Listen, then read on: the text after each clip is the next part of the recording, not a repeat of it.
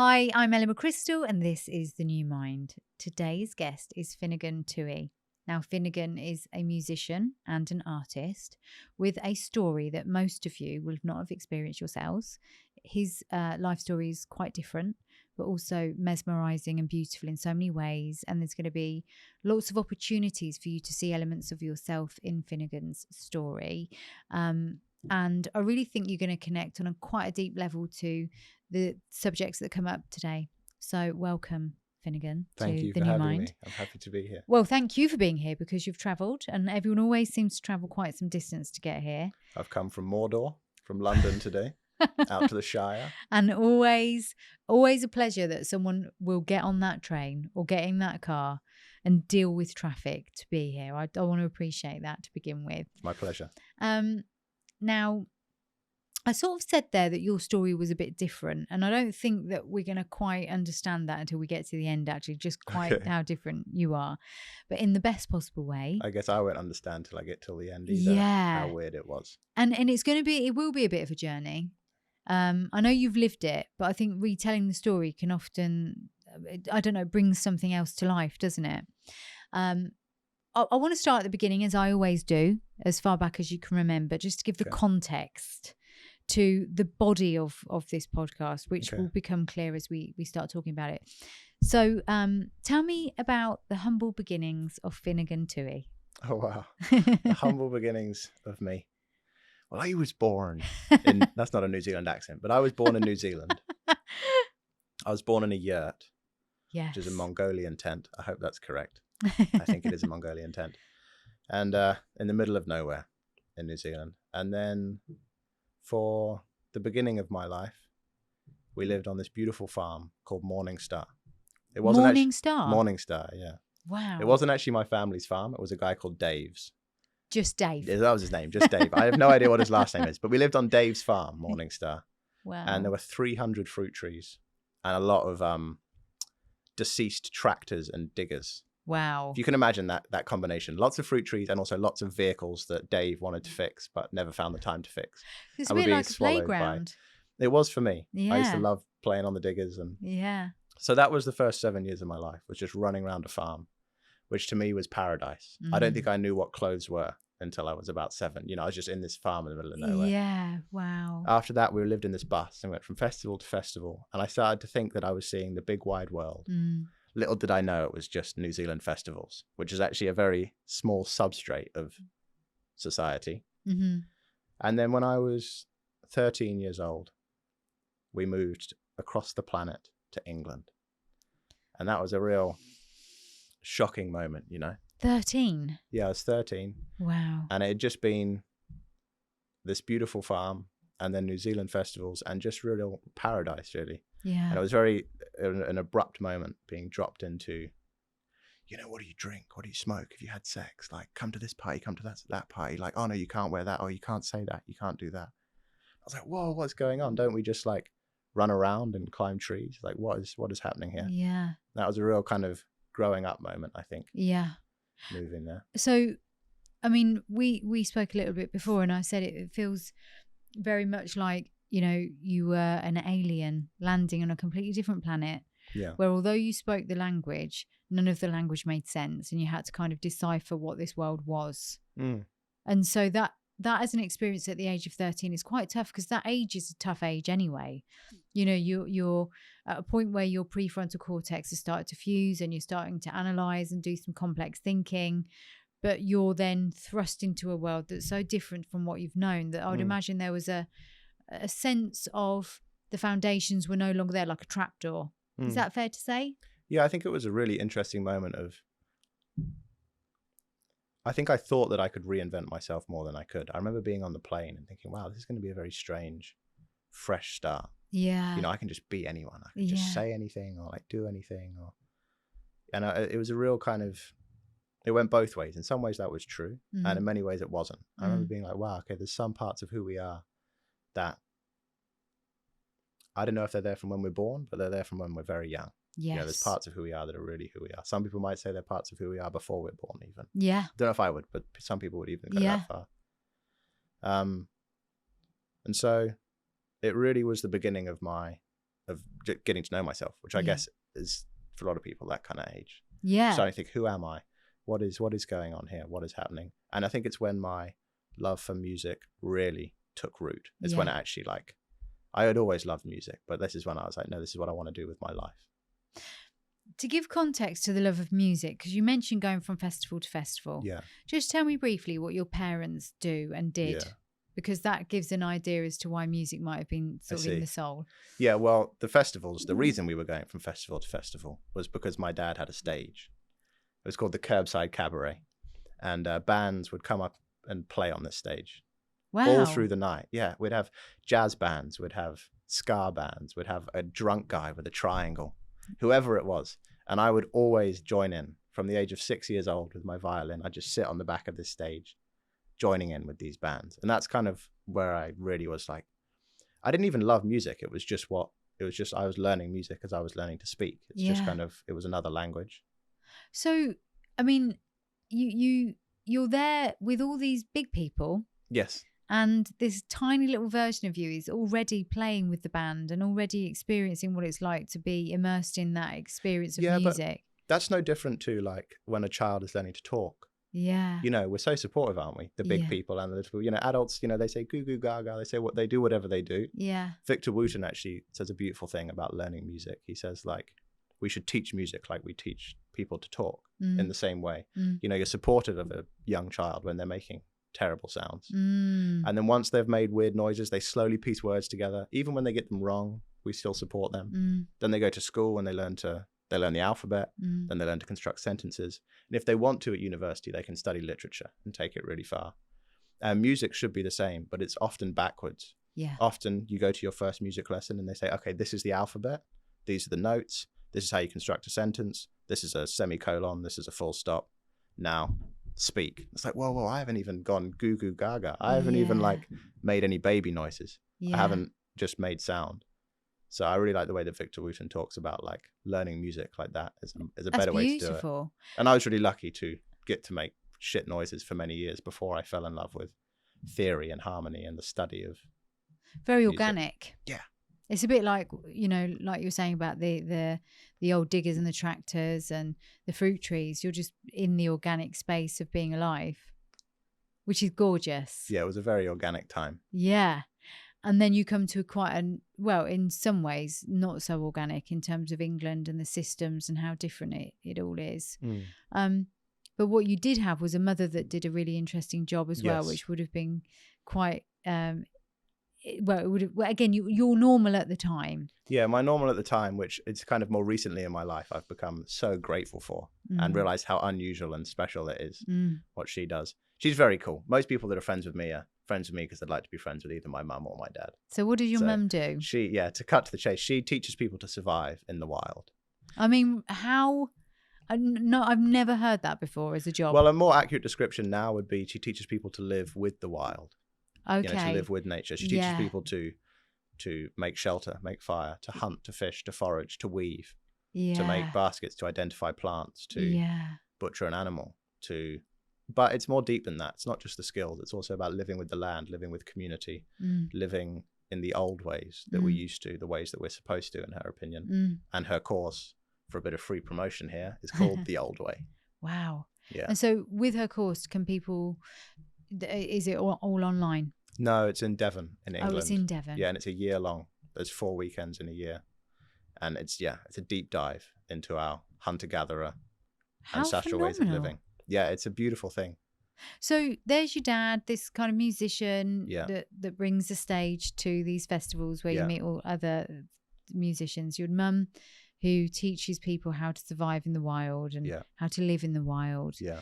And that's your first 13 years of life. That's all you know. That's all you see. And then you come to England. But you actually went to quite an interesting school. Yeah, I wasn't. Yeah, it was a bit of a weird school. Yeah, that's definitely. Yeah, it was a democratic school. So explain that to me, because this is so interesting to me. Yeah, okay, it's a bit of a rabbit hole, but let's pop our heads in a little bit, see what's down there. It's a democratic school, so it's run by everyone, the students and the teachers, and there's no headmaster, but the oldest teacher has no more power in the school than an 11-year-old student. Great. And you might think I'm just saying that, but that's actually how it runs. Every week there's a meeting, And on the agenda for that meeting is everything you could imagine. So like financial decisions, hiring and firing teachers, what GCSEs we should include in the curriculum. And that is discussed with the whole school, all the age groups. They all discuss it. And there's a chair who's chairing the meeting. And that's very often a student, sometimes a teacher. It just depends who's voted in. And then people make proposals about how they want to move forward with these topics. And the majority vote is how the school is run. I mean, that seems a very, very good idea. And something we said earlier was that the system is so set up for power control and to a degree corruption, I think, the education. And I mean that from the government's point of view. And this idea is about being inclusive in the decision making. And we said something, didn't we, about actually when because potentially that could go very wrong. I think you said earlier, if the kids decided, this is off camera, kids decided they wanted to burn the school down and that was a unanimous decision, that's what would happen. Yeah. However, that didn't happen because we were saying that children actually have a really strong instinct and an intuition for what they need and what they want if you let them be heard. Yeah, I think it's just it's a trust thing, isn't it? Yeah. I think if you actually trust a young person, you say, this is your school, then they go, wow, okay, I want to look after it then. Yeah. It's the same when they go to class. It's like, this is your class, so you pay attention and you listen. And if someone was ever being kind of difficult in a class, the teacher would say, hey, look, you don't have to be here. And, that shuts someone up pretty quick. They're like, oh, okay. Because they want to be there. Everyone in the class wants to be there. And you learn a lot more. Where did you see that go into some sort of, I mean, it's perceived, obviously, but failure? Did you ever see that happen at the school? Yeah, I mean, there's so many sides to so many things. And I think the way that this relates to talking about, this is all going to come full circle as we continue this. But the way that this kind of relates, like, is that age that I was at that point, I was just seeing how complicated things were. So, wow, there's two sides to just everything. Like, okay, not all of the world is just like this orchard that I was living in New Zealand. And okay, I'm at this strange school where everyone is equal, but also they aren't. And like, okay, you can do whatever you like, but also you can't. And it was really confusing. I was like, what is actually happening here? Because there's no straight lines for you. No. And I also think it actually had quite an opposite effect of what you might expect. Listening to this, you say, okay, so this guy grew up, with a strange alternative family, lived just, was running around naked in New Zealand and then went to these festivals and then an alternative school. And, now he loves nature, like whoop-de-doo, what a surprise. But actually what this school was really teaching me was about, I really liked straight lines and order. And, I could even say hierarchy and like, I was really seeing the value of those things.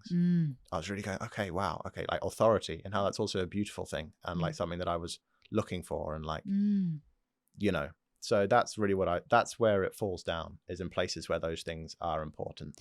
But what's interesting is that and I don't know if this is just your personality, but because you were given the option to choose, what you were leaning into was the hierarchy and the authoritarian side of things. But actually, you wouldn't have necessarily known that you liked that if it had been enforced on you. Yeah, definitely. It's like, otherwise you get the reward of being told off. Yeah. And that's so fun with your friends. Yeah. I used to love that at school in New Zealand. I used to love just behaving badly and, because you're in it with your mates. Yeah. It's not so fun at a school like that. No. Because you're not in it with anyone. So, there's not really any bad behavior. Where it fell down to like actually try and answer that question. For example, the whole school would finally come to a conclusion after maybe 6 hours of discussion on one point, 6 hours. Yeah, 6 hours of discussion is a lot for an 11-year-old. Yeah. Yeah. And like we're all talking about it and you finally reach a conclusion. Finally, there's, the majority votes. Yes, we solved that issue, but we didn't say who is going to do the thing that we decided to get done. And we didn't say who is going to check they're doing the thing. We might say, oh, we need to build this thing in the garden. That's a very weird example, but let's say we're like, okay, we're going to build this dinosaur in the garden, and that for some reason that's going to solve a problem. Let's just imagine, but we forget to say, okay, who's going to get the wood and the nails, and who actually knows how to build a dinosaur, and who's actually going to check it's safe, and who's going to. So that kind of thing was apparent a lot of the time. So you hadn't thought it through.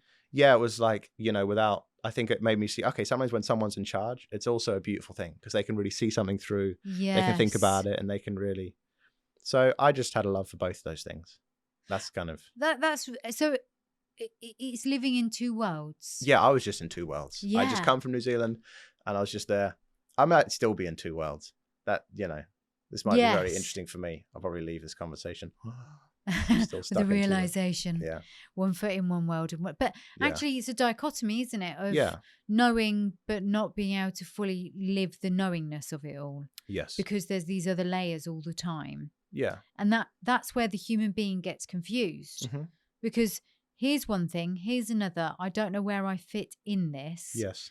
And now I'm thinking about where I fit in it. And that goes down so many different avenues and so many different opinions and experiences that now I'm lost. Yeah. When actually I'm probably just having to hop from one side to the next every now and then. Yeah. And I think that's what's interesting about your experience, even in the early days. There are, like you say, you quite like the straight lines, but there really are very few of them. Yeah. So you finished school, and what's great is that you could do GCSEs, but you could choose which ones, and you could have one, or you could have 6, or whatever you wanted. What did you opt to do? I did quite a lot of GCSEs. I enjoyed it. You know what I mean? That's what I was really enjoying at the school with no boundaries. I was enjoying, my favorite subjects were maths and physics.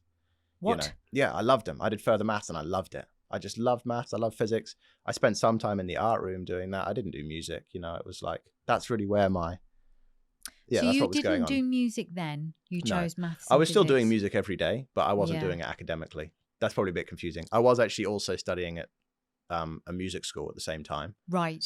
So it's a bit confusing. Yeah. But I didn't do a music GCSE. Which is probably a good thing. Probably a good thing. Yeah. It was quite, yes. It was all very confusing time because I didn't do A-levels either. And that's because I had done a teaching diploma in music while I was doing my GCSEs. So you were doing completely different sort of education. How old were you when you got that teaching diploma? The teaching diploma, I was maybe 15. So you're doing things something like that. Really early. Yeah. The grade, So that meant that you didn't have to do A-levels, is that right? That's pretty much it, yeah. That's it, yeah. So you go to university a bit earlier? Yeah. And what made you want to go to university, by the way? It's funny, I didn't really want, I think a lot of people are like, I want to go to uni and end up not going to uni. I always didn't want to go to uni, but ended up wanting to at the last minute. So tell me what you did at uni. I did 1 year of art. I did fine art, but that was really just a year out because I was going to conservatoire in London and I studied electronic composition. Wow. And jazz at Guildhall in the Barbican. Wow.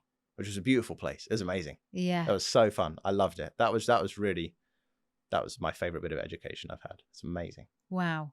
But you didn't complete, did you? I did not complete. No, I dropped out in the 3rd year when I met my manager. Mm-hmm. Great guy. Still my manager now. And went on a different journey altogether. Yeah. We went on a different journey. It was like, okay, I'm out of here. I'm going to try and release my music and make this my life. And actually, this is a good time to say, and your Instagram will be shared. Okay.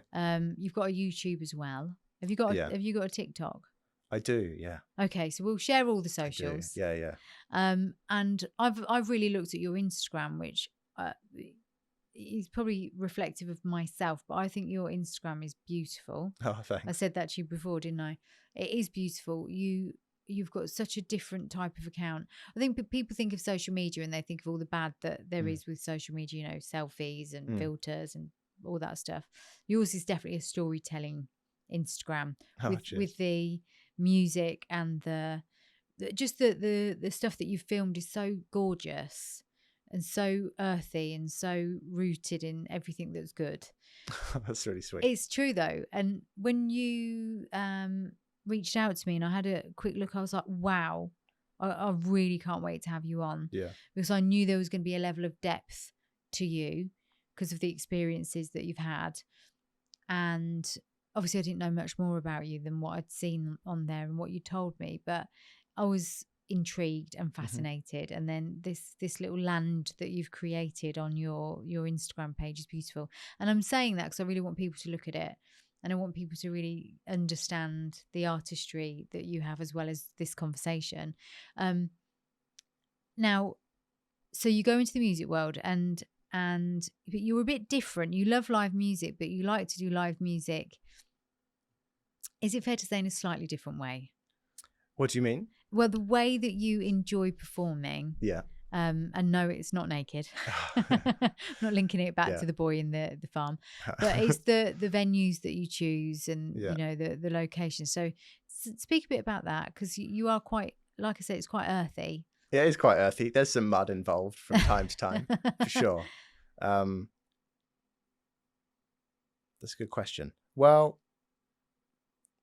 what is your question exactly? The question is, how did you choose? I mean, I know why, because the way you grew up and the people you've been around. But when people think about musicians, they tend to think about a rock stage and all of that kind of stuff. And you're a little bit different. Okay.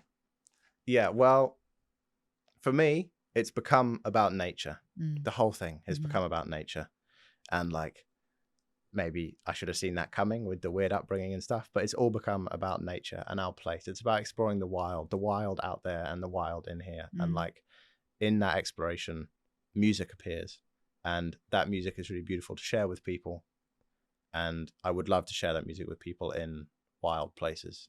And that's what I've been lucky enough to do a little bit of. Yes, so you've done some really, I mean, it wasn't filmed because you weren't allowed to film it, but talk about the places that you've recently. Oh, well, yeah, I did tell you before this. I was in Egypt not long ago. Yeah. And that was amazing. There was a lot of tombs and temples. Yeah. Even inside the King's Chamber in the Great Pyramid of Giza. Wow. That was a really interesting experience. But you weren't allowed to film that, so that's not on your social media. No, that's not really, that's a bit of a separate thing. Right, okay. That's a little bit of a separate thing. That was a bit of a rabbit hole I fell down. Okay. Yeah, that was in the retreat world. Oh, okay. Yeah. So we'll come back to that. Yeah. So we're kind of working up to something, aren't we? Yeah, really. Yeah, we are. Which is, But the actual, I mean, I was talking to you about the candlelight orchestra thing. Yes. And I was saying about these beautiful abbeys or churches. Where I was really lucky. Like the first show, I think my first headline show was in a beautiful church. It was in the oldest church in England, I think. Right. It's St Pancras Old Church. Is that the one that's on your Instagram? Yeah, that one will have made it. Yeah. That one will have made it out into the digital ether. It is beautiful to look at, and your voice is quite unique, and your music's poetic, and it's very arty but very beautiful at the same time.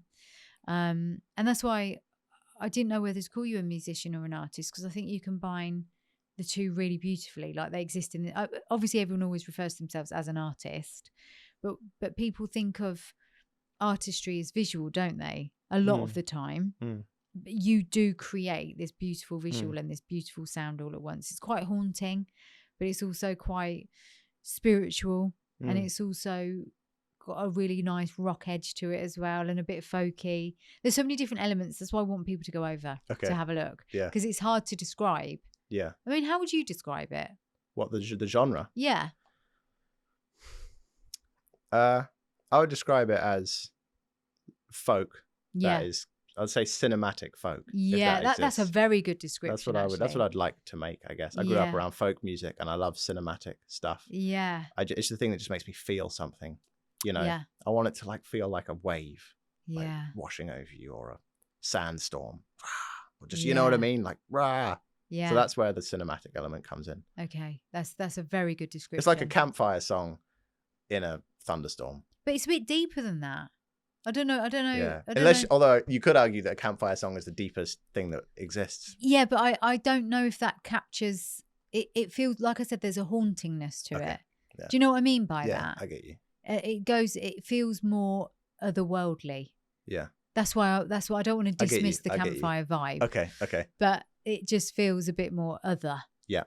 Is that, would you say that's fair? Yeah. The joke I was making about the campfire being the most sacred kind of music is just because maybe it's the oldest. Yes. Like one little fun fact is that like us as a species of sapiens is maybe 300,000 years old. But the earliest evidence of cooking on a fire, this is a fact from my mum, by the way. Right. The earliest evidence of cooking on a fire has recently been moved back to 1 million years ago. Oh, wow. So that means like our relationship with fire predates us as a species of human. Yes. And if you think about, so just being by a fire, playing music, singing, making, singing with each other, that's one of the oldest things that you can ever imagine. So that's all I was joking about when I said, oh no, don't put down the campfire song. But they're not like traditional campfire songs. So I just wanted to try and paint that picture, but I've failed dismally. No, it was good. It was good. Haunting is a lovely word. Yeah. I mean, nice something's haunting. And actually that always does for me. If I hear a sound, doesn't matter what type of music it is. If I hear a sound in someone's voice that's pleading and haunting, I will fall in love with it. There's something, for me, the word is yearning. Yeah. This deep, like, reaching feeling, this kind of yearning to be more, to love more, to feel more, to be more anything. Be more, just to be more. Yeah. Okay, because that tells us a lot about. I'm kind of glad we said this, because that description of how you feel about the sound is everything that you are. And by the way, I say this without meaning to patronize, but at 23, as I said to you earlier, it's really rare to meet 23-year-olds that have got this old soul vibe, you know. I keep wondering when that's going to run out, though. Like, that's always on my mind, because people would say that to me a lot more when I was like 8 or whatever. Yeah. It'd be like, you know, and I'm thinking it's not going to be long now till I just am. I'll catch up to my age soon. I don't know if you will. No. I think when you're 80, we will say, it's like you're 150. It will just continue. You'll just get older in the soul. Yeah. But there's definitely something there that's unusual. And I think that is the connection to nature. Yeah. Like nature lives in you. How weird is it that that's unusual? Sorry, I know, this is a but thought that I've that's true, had. How weird is it that that is an unusual thing? Yeah. You know, because we are nature. And because, like, how weird is that that's an unusual thing to feel connected to nature? Well, you're 100% right. But if you think about most people, the closest they get to nature is camping once a year. Yeah, it's crazy. And maybe a walk in the park on a Sunday. Yeah. Where there's loads of other bodies a walk around. in a park is like, I mean, it's different. You know, going and looking at a tree is not really, I don't know how to, I feel like, I don't know what I'm saying here. I'm just talking. But like, what I'm thinking is that, like, when I'm in London and I go and I like walk in a park, it's not an immersive thing. It's like a sort of garden. It's still under human control. It's still like a kind of thing we've put there. It's like a creature in a zoo. Yeah. You know, looking at like a tree in a park is a bit like a leopard in a zoo. Yeah. And someone might hear that and laugh, but like, if they were out in the fucking wild, I mean, like the middle of the Amazon forest or like the Kalahari Desert, I think they'd know what I mean. Yeah. That's a wild leopard, not one in a zoo, if that makes sense. Yes, it does make a lot of sense. Yeah, and so it's weird that would be someone's only relationship with nature. Would be a London park. It's like, so. And I've got to tell you, like, you know, I do see trees, and I'm quite curious about the way they root together and the chemicals they exchange and the life that they have. Yeah. But like you say there, if you're in a park, it's almost like a fleeting 2-minute thought. Yeah. Whereas something that you've experienced, which we're going to talk about today, is far more than a fleeting thought. And having had the foundations with your mum being that, you know, teacher of how to live with the wild and to be as close to who you're supposed to be as possible, you went and did something quite outrageous and phenomenal and wonderful and fabulous. So we're going to talk about that in a bit, because there's a lead up to that, isn't there? Which is, you mentioned these retreats that you were a teacher for. Yeah, there's Egypt Malarkey. The Egypt Malarkey. Yeah. That might be the title of your podcast. Oh, really? That's exciting. Oh, God. Yeah. So you had a moment of leaving the course you were on, because you met your manager. Yes. And you created some music, and was it an EP, did you say? Yeah, so when I dropped out of uni, I released an EP with my manager. And at the time you were living in a wonderful... I was living in a warehouse that I started with my best friends. We built a stage for house concerts, a mezzanine floor, recording studio, all sorts. 12 people moved in. It's a great time. Wow. Yeah. And was this people that you knew already, or was this to do with your manager? There's people that I knew already. It was like, it was great. It was a real kind of us against the world feeling in a beautiful way, kind of band of brothers. Yeah. Just like all living in this place and all making art together. It was filmmakers, graphic designers, and musicians. And so what would you do day by day? Just create. In this warehouse? Yeah. Just honestly, we were just trying so hard to just create stuff. I mean, you know, also like washing dishes in like a shop, or, you know, that was also going on. But whenever we weren't like doing that, we were just going for it. We were just like absolutely going for it. Also doing uni work. We were still at uni at this time. Yeah. One of my flatmates was also studying at Guildhall with me, but we both dropped out. We hit the warehouse full time. I was working on the music full time. And then where the kind of story that we're sort of, which is what has brought us together here, where that kind of begins is where this thing starts to kind of get a bit wobbly. And I think what happens is that the industry gets kind of entangled in my music, which is a beautiful thing for me. I think I'm like, oh yeah, this is great. I was just so excited. I was just so wide-eyed and like, yes, let's go.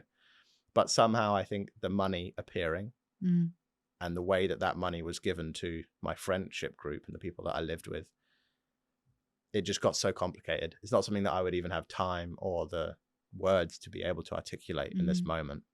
But I think you can imagine mixing professional, much older people with incredibly creative, very close friends, and the way that dynamic gets mad, and the way I felt like I was kind of caught in the middle of this strange thing, and also myself wanting to go in both of those directions. A lot of things kind of fell apart towards the end of that. And so the relationships sort of, I lost some really dear relationships through that. I lost some really good friends and some really, and the warehouse, which was a huge kind of, it's like my baby, that place, you know? Yeah. So that went, and I had this real kind of moment of, what am I doing? I had this real, what am I doing? You know, like, why? Like, what am I doing? Like, you know, I think that I have ambition in the material world.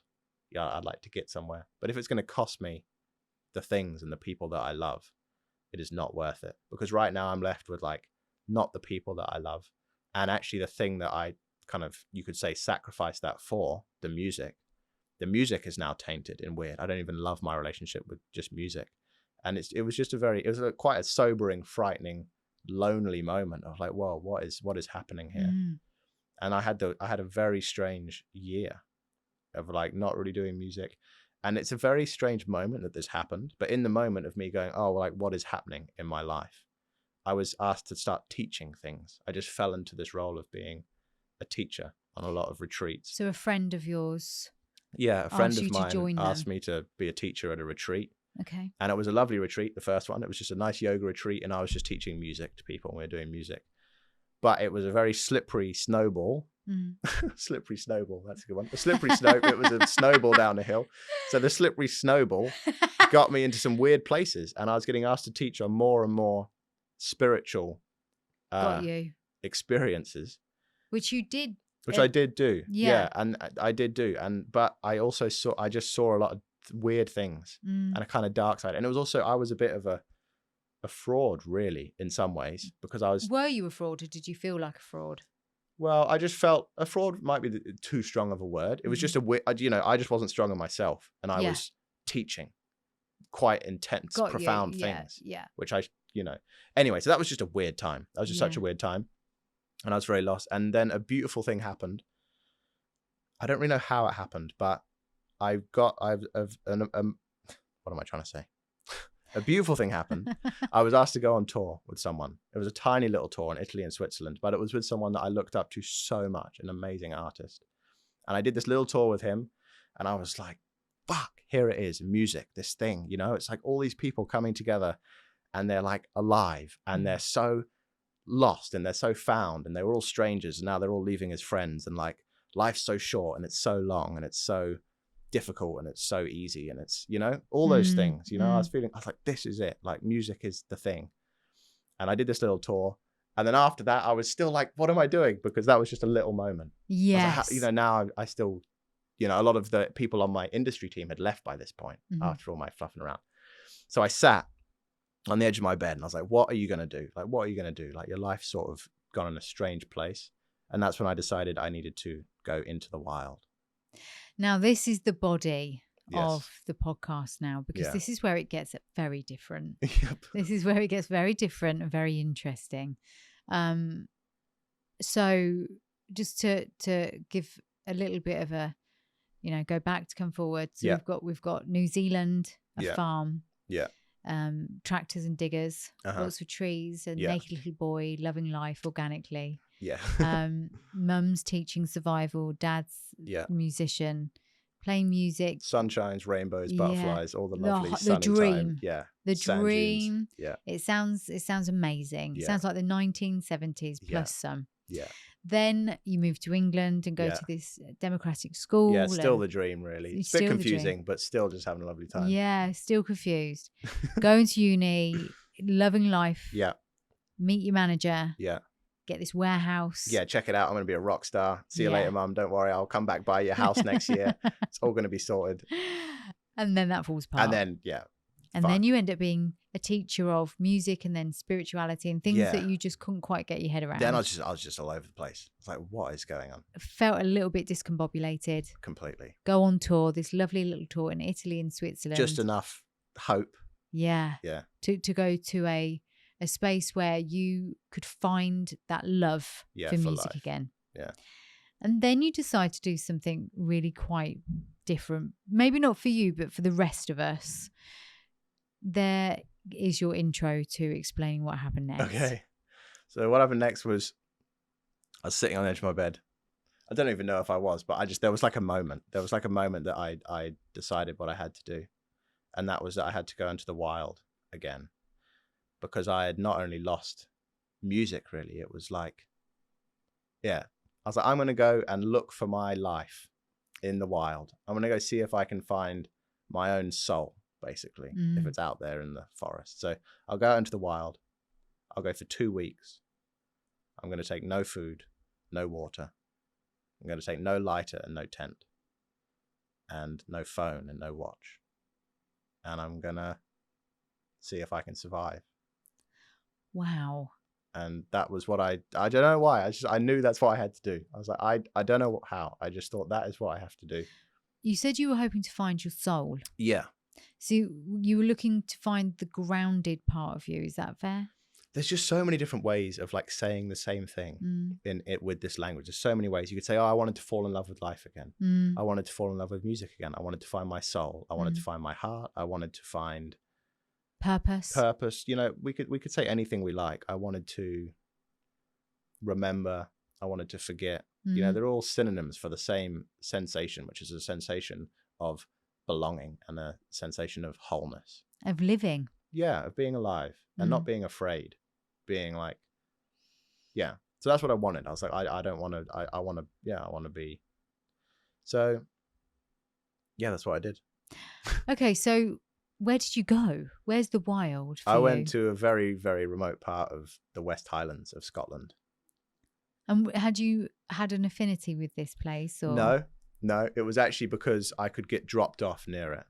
It was actually totally logistical. Yeah, I was going to go to Scandinavia. I was like, I'm going off to Scandinavia. I had this whole plan. And then my mum said, actually, I can drop you in a weird place in Scotland.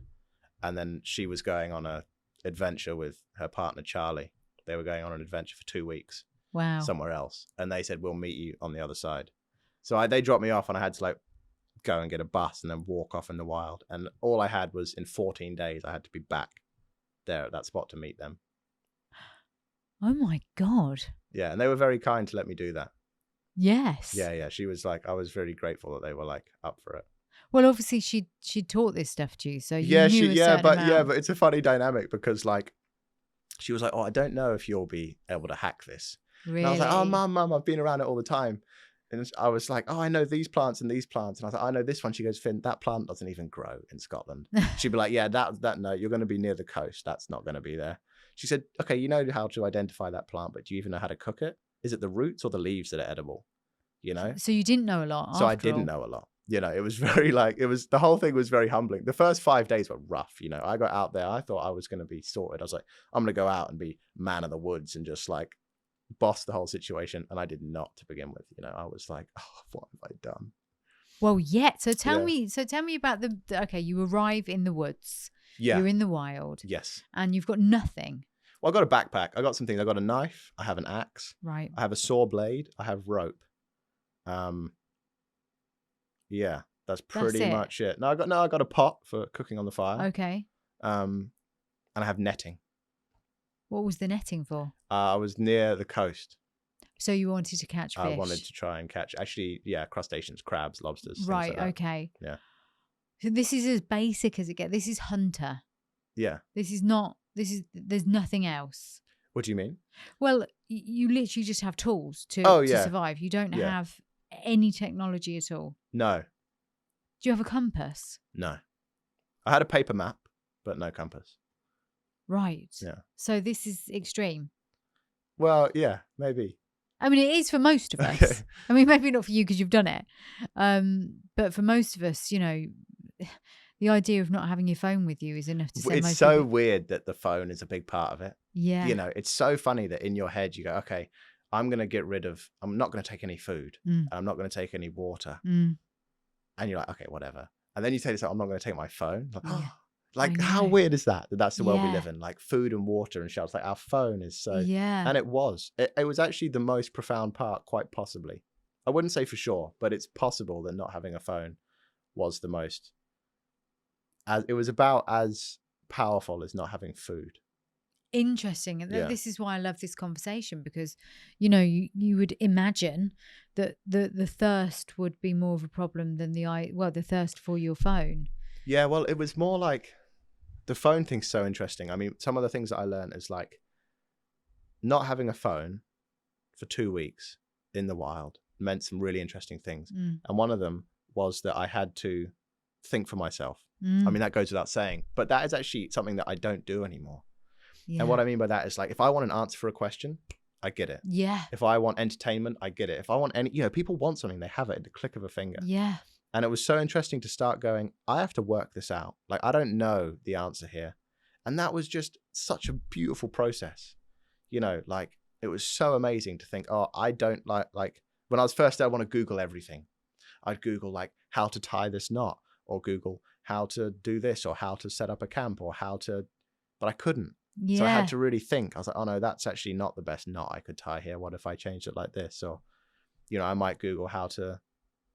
Do you know what I mean? Yeah. It was really interesting to start just working shit out. And then it goes back to the instinct thing, doesn't it? Like we said about the school. Yeah. And how it's really important to let children, feel their intuition and feel their instinct. Because if you don't, I gave the example of stranger danger. Yes. And saying, and I've said it before, it's an easy one for people to get their head around. If you tell children, don't go speak to strangers, they don't actually work out who's a good person and who's a bad person. It's just all strangers are bad, and that's it. That's the rule. Yeah. And it's actually, like now we would Google it.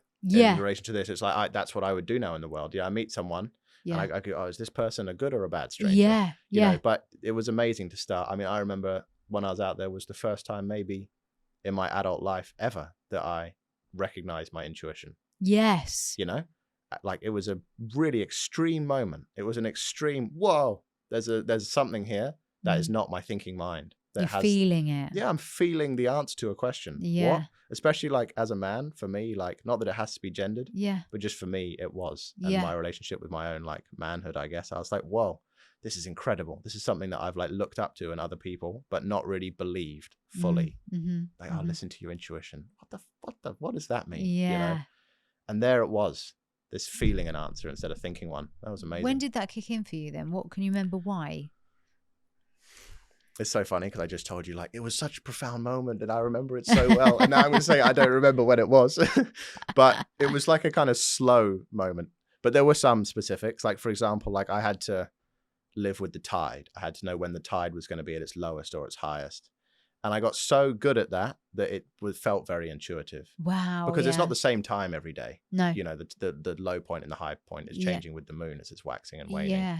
But like, that was an amazing thing to just think, now's the moment. It just kind of, I was like, it's now. I'd go down, I'd be like, spot on. Wow. That was a really lovely thing. That's cool. And also, but then it would get like deeper and deeper. And like, you start to think, I feel like I need to go this way. Somewhere I've never been. And I'd go off there and I'd find something amazing. Like a spring for water or a new something, or I'd go somewhere and I'd find like all these amazing things. And I would also start just walking sometimes just with the intention of following my intuition, which might sound like a weird thing to do. And it is a weird thing to do, but it was so amazing. I'd just walk and I would think, okay, where? And I would just go anywhere. That's amazing. It's just amazing. What did you find? What did you find, just in terms of what was there in the woods? Not necessarily. What specific like things? Yeah. Well, it's so funny what starts to happen because like on a timeline, it's weird. Like at the beginning, things wouldn't have been that extreme. Let's say I found I found a skeleton one time. This huge skeleton, not of a person. Thank God. Worried. Yeah. No, of a deer. This becomes a murder mystery. Yeah. Every day there was another skeleton like appearing, all these bodies washing up on the shore. No, I found this deer skeleton. Oh. And early on, it would have just been a deer skeleton. Yeah. But by day 7 or 8, everything has become like everything is alive by that point. Yeah. Because everything is by the time you've been living there for that long. So there's significance spiritually and just there's significance to finding these things. So by the time that I was finding this stuff, whilst as a story it might not sound that relevant, oh, you found some bones in the woods, whatever, it meant a lot to me, and it like was a genuine moment. What and did it taught you me feel? things. Go deeper with that. Yeah. So it's like I'm sorry, I'm making you articulate something that's probably very difficult to No, articulate. but it's good. It's nice. We're talking about something real if it's difficult to talk about, I would say. Yeah. And the reason it's difficult to talk about is that it's like, it's real. That's why it's difficult to talk about. Yeah. And it's almost shocking for me how real some of those things are. Like how do I even begin this? The basic premise of what I did out there that wasn't logistical. Like there's 2 ways of telling this story. And one is that like, I went out and I survived, and this is how I caught food. This is how I got water. This is how I made fire. This is how I made shelter. And that's one story.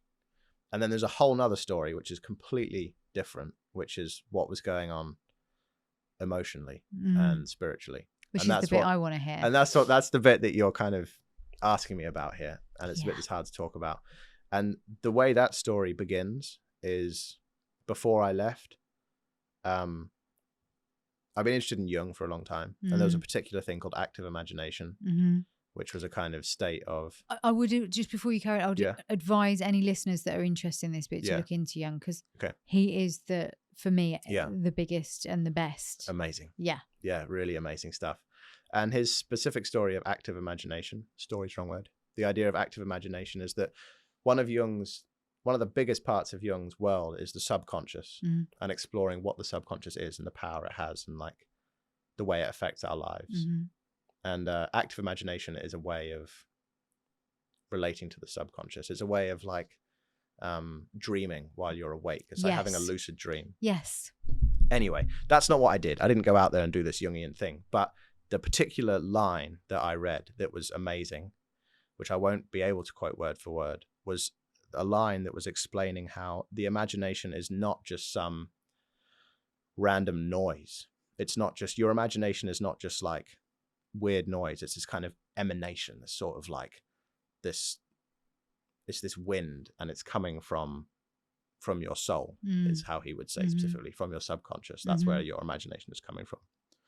So I said to myself, while I'm out here, I'm having a pretty weird time. You know, I'm doing weird things. Why not make it weirder? I'm just going to say that everything I imagine is real. Or more than that, I'm just going to trust my imagination. Does that make sense? I'm going to really give my imagination a lot. So let's say I imagine that this skeleton in the forest means something. Yeah. Then it does. Yes. That's what I'm going to let be the case while I'm here for 2 weeks. Yeah. So before I had left for that particular walk with the skeleton, I had imagined that I was going to find something, and it was going to mean something. And I don't want to say exactly what those things were, but finding the skeleton was therefore a very big thing for me. Right. Okay. Because of how much significance it had in my imagination. Yeah. Which was a reflection of something in the deep depths of me. Yeah. Because that's what I was doing out there. I was just really exploring the depths of your depths, man. I was like in the belly of the whale. In a mythic context, you know, in every story you've got to go into the deep dark woods or out into the desert or into the belly of the whale if you're Noah.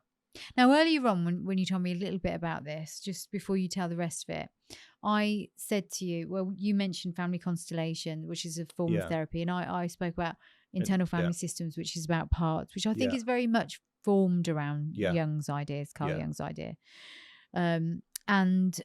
And we were talking about the sub-personalities and how they are characters, and they get blended together, and you get like sometimes frustrated with these characters that live inside your head, but they represent parts of you. And so when you were using your imagination and going to the depths of your subconscious, you were really contacting these sub-personalities, these characters within. That's what was happening out there. And I'd never known about any of these things you're talking about. For some reason, it had become apparent to me that there were different characters inside me, and that I should engage with them one-on-one. Yes. It's only afterwards that I've heard about family constellations and IFS and like Jungian stuff, and like I did know about the Jungian things. I knew about the shadow, the animus, and the anima. You knew the basic premise. I knew the basic premise, like the basic constellations. Yeah. And I was very familiar with like the duality of being a human. Yes. You know, I was like, okay, I'm an animal that wants what animals want, that gets hungry, that gets tired, that has very basic primordial functions. Yeah. But I'm also this other thing that invented a circuit board and went to the moon and has got nuclear weapons. And I'm also this other alien being. Yeah. And sometimes those two parts of me, they're in harmony, and sometimes they are not in harmony. Yeah. And like, I was aware of that duality. I was aware of kind of like, the mind and the body, the head, the heart, like masculine, feminine, like all of the duality was there. But it went a lot, it split, it kind of went into fractals deeper. And so when you were talking about the skeleton, you'd imagined this part of you. Yeah, so basically the parts thing was that I just, God, it's so funny to say. It's so funny to say, but like it's what was going on. So I'm happy to share it, which is that like I imagined there were different parts of me, and it started with the shadow, and I communicated with this part of me. And then it was just fascinating. It was just, I cannot tell you how amazing that was, because like, how is it even possible that you can have a conversation with yourself that makes you laugh or makes you cry or teaches you something? You know, there's things that are said that are genuinely surprising. And I'm sure you know exactly what I'm talking about with your work. You know, it's like, it's amazing that you can learn from yourself in that way. But also for anyone that's like, what the hell is this guy on about? Like, it's not that weird either, because if you imagine that like who you are, like we live in stories, don't we? Yes, we do. We're story beings. We love stories. And like we have so many stories about ourselves. Yeah. And lots of those stories are our own and lots of them are from other people. And when you're trying to make a decision and it's difficult, this is when I catch myself now after this. This is always my like point. So, okay, I'm trying to make a decision and it's hard. That's because there's parts of me that want different things. One might be a parental thing that wants one thing for me. And one might be me when I was 8 years old. That's still a huge part. It's like there's still that story in there, and they want different things right now, and they're fighting. Yeah.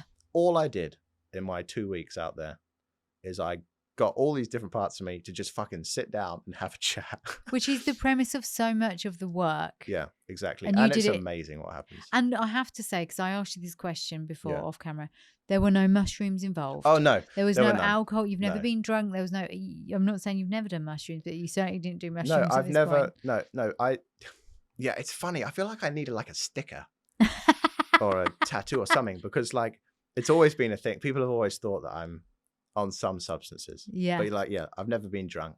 Yeah. It's not my thing. Yeah. Which maybe is why I'm doing this. Maybe actually you shouldn't do any of this and you should just go and get plastered on a Saturday instead.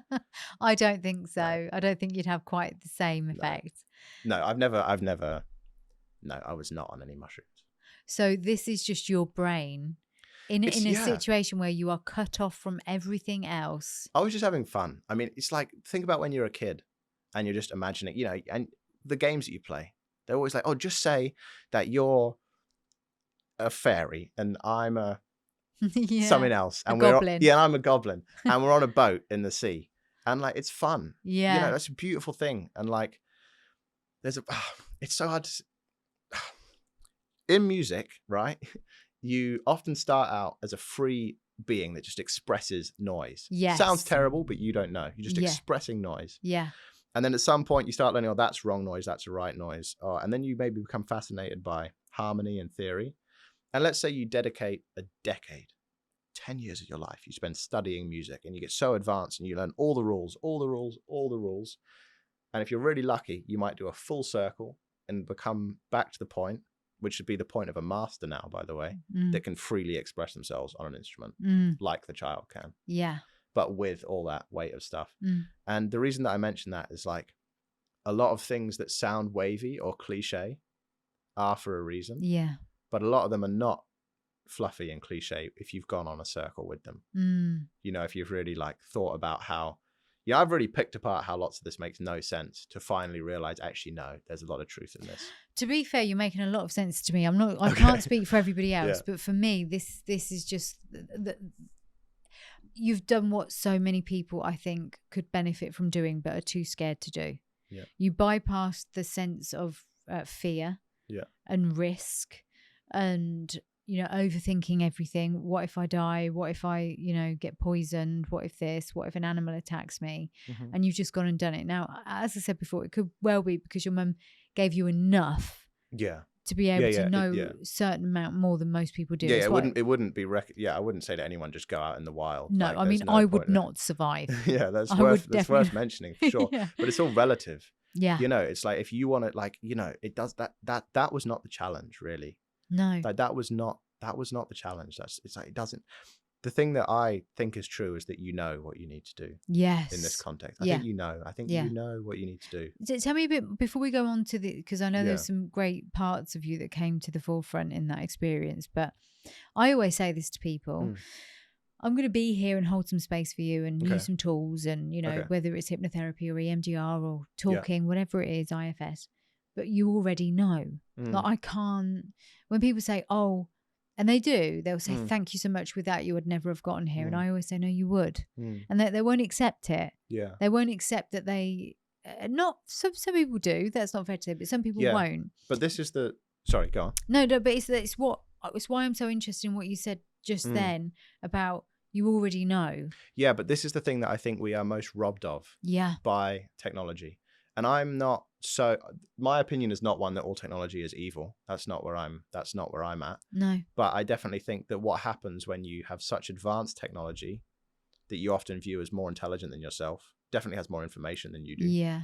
Then your default mode of being is that someone or something must know better than I do. Yes. All the time. Yeah. This constant sense of like, what should be done here? I don't know. I don't have the answers. Yeah. That was the most profound shift I think that happened, was that like all the answers are in me.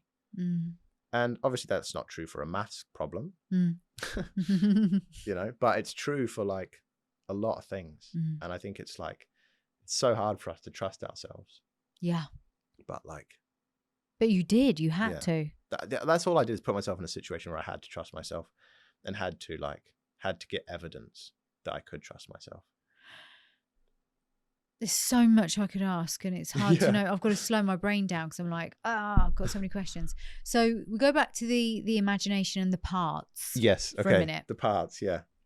Because you described it to me earlier, and it was quite frankly amazing. Yeah. And you were speaking to your shadow. Yeah. And the shadow part of you introduces you to another part, and you sort of well, there's all these parts, right? And you can start anywhere you like. It's like you just say, okay, if I just shut my eyes and imagine a being, I don't know what appear. You might have a pigeon appear, but this is where I was at. I was like, I'm just going to let whatever happen, and I'd go and have a chat with that bloody pigeon. I'm sounding even more crazy than even more crazy than I actually was out there. But when you let that happen, a really beautiful thing happens. And that was what happened to me. I was like, okay, there's this shadow, which for anyone that doesn't know, it's all the parts of yourself that you don't want to be seen, would be the quickest summary I can think of. Your shadow is all the parts you throw away, the parts you hide behind things, the parts that you don't want the world to know. And I was like, okay, if that was a being, what would it be? My darkness. And if I actually communicate with that, I ask it a question, and then it has an answer. That's what's so confusing about all this. Yes. Yeah. And then there were loads of specific things. For example, that was the first conversation I had, and I got it told me that I had to, it's so strange. It told me that I had to make a piece of jewelry out of bone for another. I can't. It's too strange. No, you have to. I have to. Yeah, it told me that I had to make and so I made this. Yes. So the shadow. This is the shadow part. Yeah. And says for you to meet the next part. Yeah. You've got to present this gift. Yeah, you have to make something, because this next part isn't going to believe you. Basically, it's not going to believe that you mean it. It's like, it doesn't believe it. If you've spent the last few years completely denying this part of yourself, it's not going to believe that you actually are serious about making peace here. And that was the big breakthrough, was the one I had with that part of myself. Do you know, it doesn't sound that mad. And if I think about tribes, and I think about you know those sort of those African tribes or South American tribes that live deep in the Amazonia, deep in a forest or deep in a jungle. This is the sort of stuff they do. They have rituals and they have things that they do. Well, the thing is, the reason that I get a little bit funny about talking about it is there's a few reasons. And it's not actually because I think the stuff is weird. One is that also because like what we're talking about here is in some ways a vision quest. That's what some people would call it. Yeah. And some of the etiquette around it is sometimes to not talk about what happens there, to like preserve. To preserve something about it. Because things change when you talk about them. Yes, they do. Let's say you have 1,000 things that you're feeling and thinking, but to articulate it, you have one string of words. Yes. It naturally reduces something. Yeah. But in relation to what you're saying, this process of a vision quest, of going out into the wild, it would often be for 3 days and you wouldn't eat or drink, like fasting on a mountain. That would have been held by your community, by your tribe, by your people. They would have sent people off to do that. There's also rites of passage for young men and women, you know, to go off a boy and come back a man, and for that to be acknowledged by your community. And you see in our civilization how people are trying to do that all the time. You know, how fast can I drive? How much can I drink? How many people can I sleep with? All these self-initiations of look at me, I'm not a boy anymore. Like, look at me. Yeah. You know, it's like, we don't have those containers anymore. Yeah. And you're very right. Like that this would have been a thing that was held in the past. But it's not. So I just had to go and, although you can do it still. There are people that hold this really well. And I think that anyone that's interested in doing it, that is the thing to do. Yes. Find people that you trust that are holding vision quests. Yes. Because they do exist and they're amazing at what they do. Yeah. And there's lots of people that are very, I suppose, underground, if you want. Yeah. And in the forests and in the woods. Yeah, there are people out there, out in the trees. Did you ever see anyone or any form of human life? On the 9th day. Oh, this is actually great. I was anyway, on the 9th day. So I've only got my boxers on by this point. Right. I'm surprised you've even got them on. Yeah, no, I did, you know. Just in case. Yeah, just in case. No, the reason is actually because I had like a belt that was threaded through them. Right. And on the belt was a knife and an axe and this bag that had gone kind of green from having all the like plants and the leaves and the seaweed and stuff in it. And I'm just covered in dirt. I'm like, I just look fucking terrifying, basically. There's this tall, skinny, dirty, like naked guy. And I go around the corner and there's this guy. I don't know how he got there. Well, I do know how he got there, but it must have been a long way. It's very hard to walk to where I was, but he had kayaked, or it's some sort of motorized kayak with the, anyway, he had got here on a boat. He had like sailed. Oh my God. So there was this guy and he had like this cap on, all his sun cream on, all his like gear. And I just went around the corner. I just, honestly, I ducked down. I was like, whoa, who the hell is this guy? And he just froze. He just completely froze. And he looked at me just covered in dirt with like just my belt and my tools on, wearing no clothes. He was like, oh my God. Now, in my heart, this was a moment of joy for me. Yeah. Because I was so excited to show someone my camp. Because I had built a really amazing bench. I had all this seaweed hanging up. My camp, I'm so proud of my camp, to be honest. So I kind of run up to this guy, a bit like Gollum on all fours, you know. And I was like, hey, man. He doesn't really say much. He's like, oh, hello. I was like, oh, do you want to come see my camp? He's like, oh, no, I don't think so. Put my hand on the axe. Do you want to see my camp? No, I didn't. No, he probably thought you were Jeffrey Dahmer reincarnated. Yeah, he was pretty freaked out. And somehow I managed to convince him to come and see my camp. Did you? Yeah, I really did. And it's quite far. It's about like a 15-minute walk, like over some sand dunes. Was he absolutely petrified the whole time? I couldn't tell if he was like really scared or just really quiet. But anyway, I took him to my camp and yeah, I took him to my camp and he was called Angus, and actually me and him ended up having the best chat and the best time. Wow. It was after I gave him some seaweed chips. Oh, you were going to say something else then. No. I thought you gave him a sedative. No, I gave him, you dry sugar kelp and then you like cook it really quickly in this kind of oil and it turns into a chip, a delicious chip, a crunchy chip. Oh, yum. Yeah, I gave him one of them and it's all from the sea, so it's perfectly salty. Yeah. That really changed his tune. He was like, okay, this guy can cook, like I'm happy here. And he went and got loads of firewood with me and we became great mates. Although he did tell me that I didn't have to walk around the peninsula to leave. I could just go straight through the forest, which I tried on the last day and I got completely lost. Oh, really? So yeah, wherever he is, I need to. It was bad. But no, he was great. Amazing. So I did see one person, yeah. And then how did you eat and sleep? What did that look like? I had a sleeping bag. Forgot to mention that. Okay. Yeah, I had a sleeping bag and like a little thing for under it, so I wouldn't get cold from the ground. Yeah. But I found the most beautiful camp you can imagine, really. I found that not straight away. The first night, the first 2 nights, 3 days were terrible camps. Yeah. But I found a really amazing rock face that kind of leant over like this. Beautiful. It had this kind of oak tree that grew out of it. Wow. And I used the oak tree to kind of stretch a roof.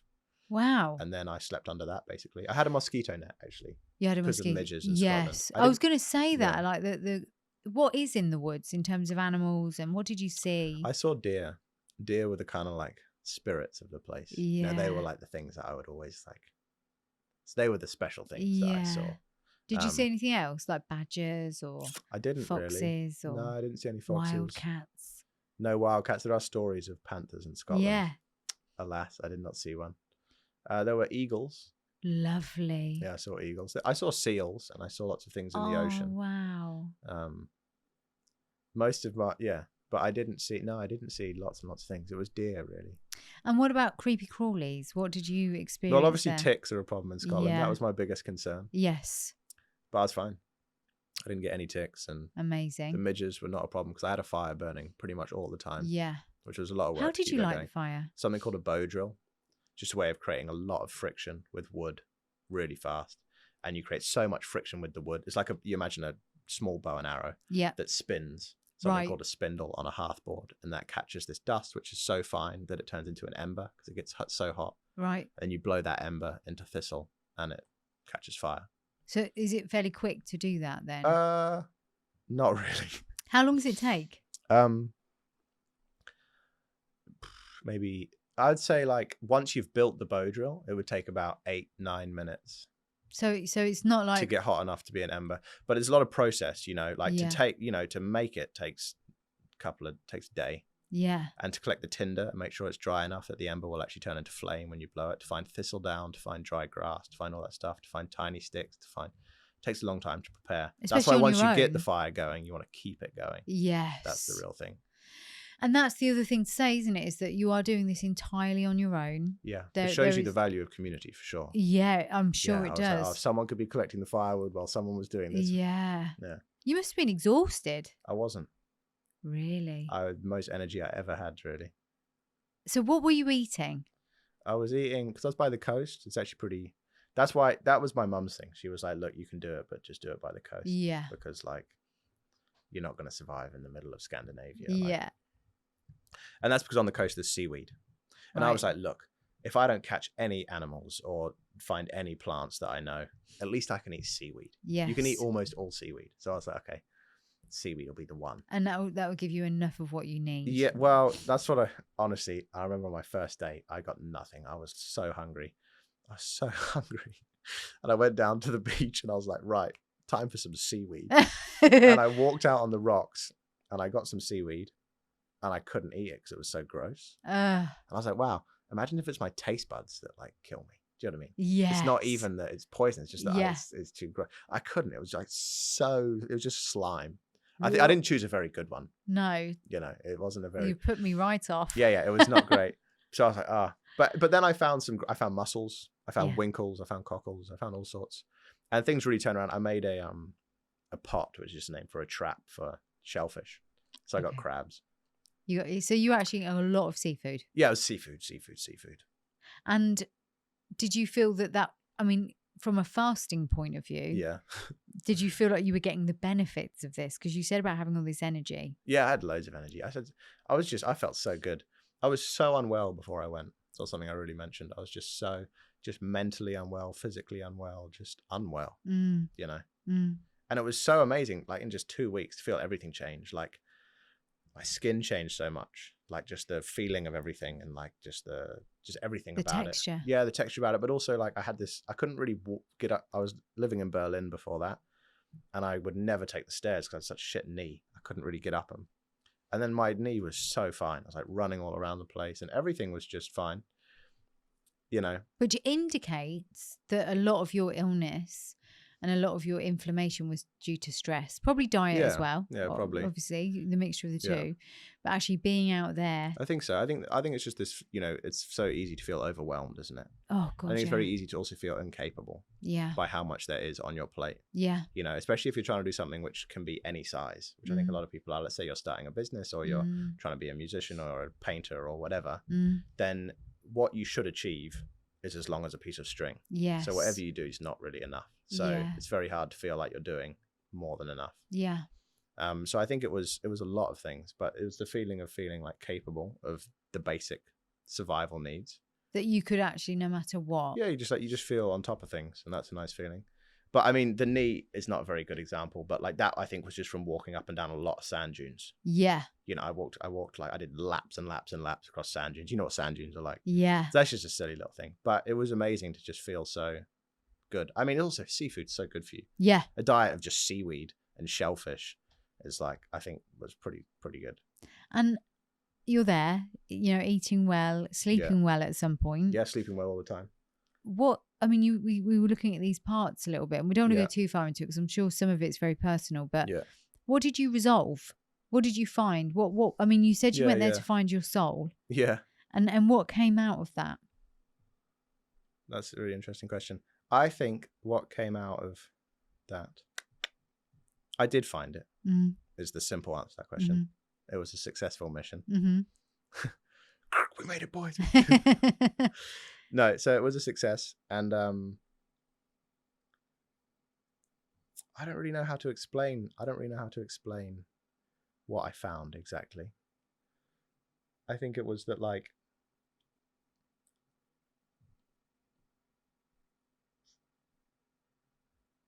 I just felt so connected to like the beauty of the world. Yeah.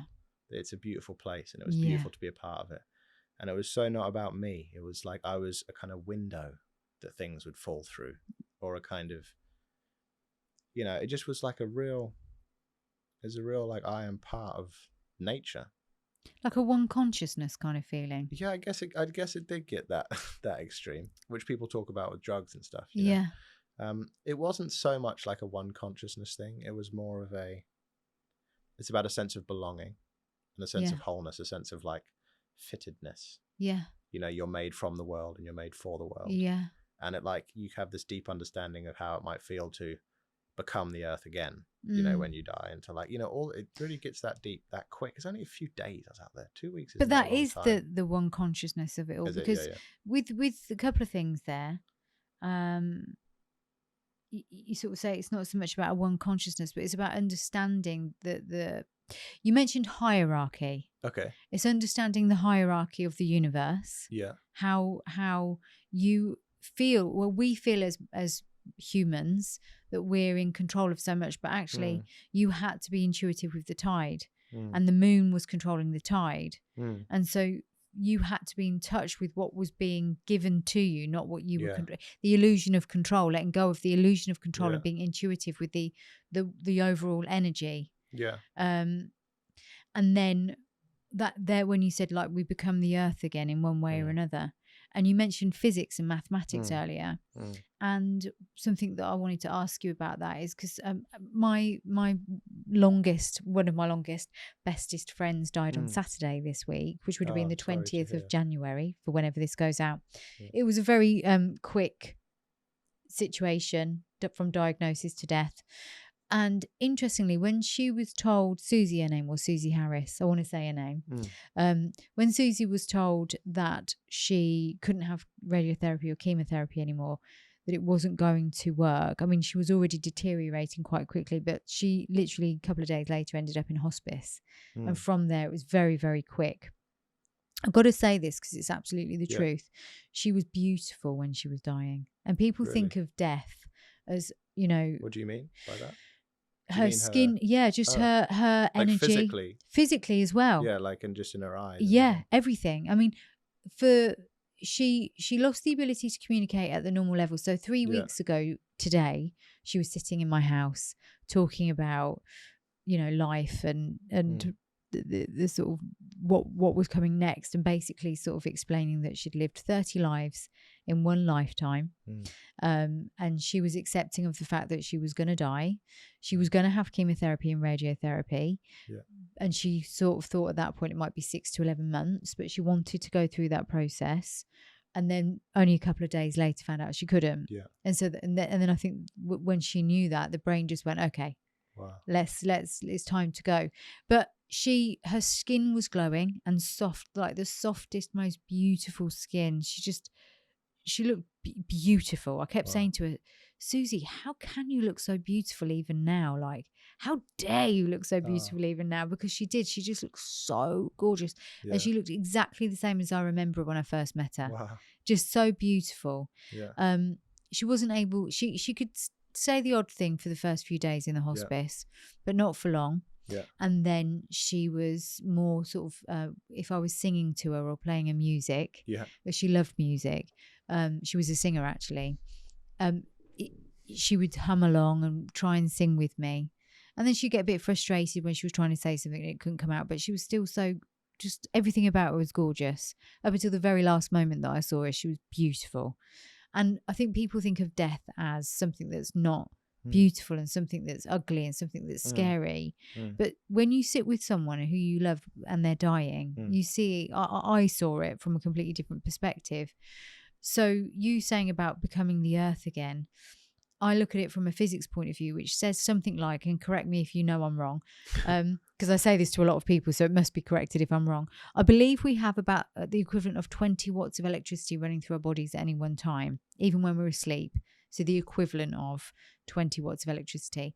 And the law of physics says energy can't be destroyed. It just redistributes. So therefore, when the physicality of who we are dies, the energy that we are having within us, that is within us, the essence, the soul, whatever you want to call it, it can only redistribute. The body will become ashes in one way or another, or it will become part of the earth. But the energy redistributes.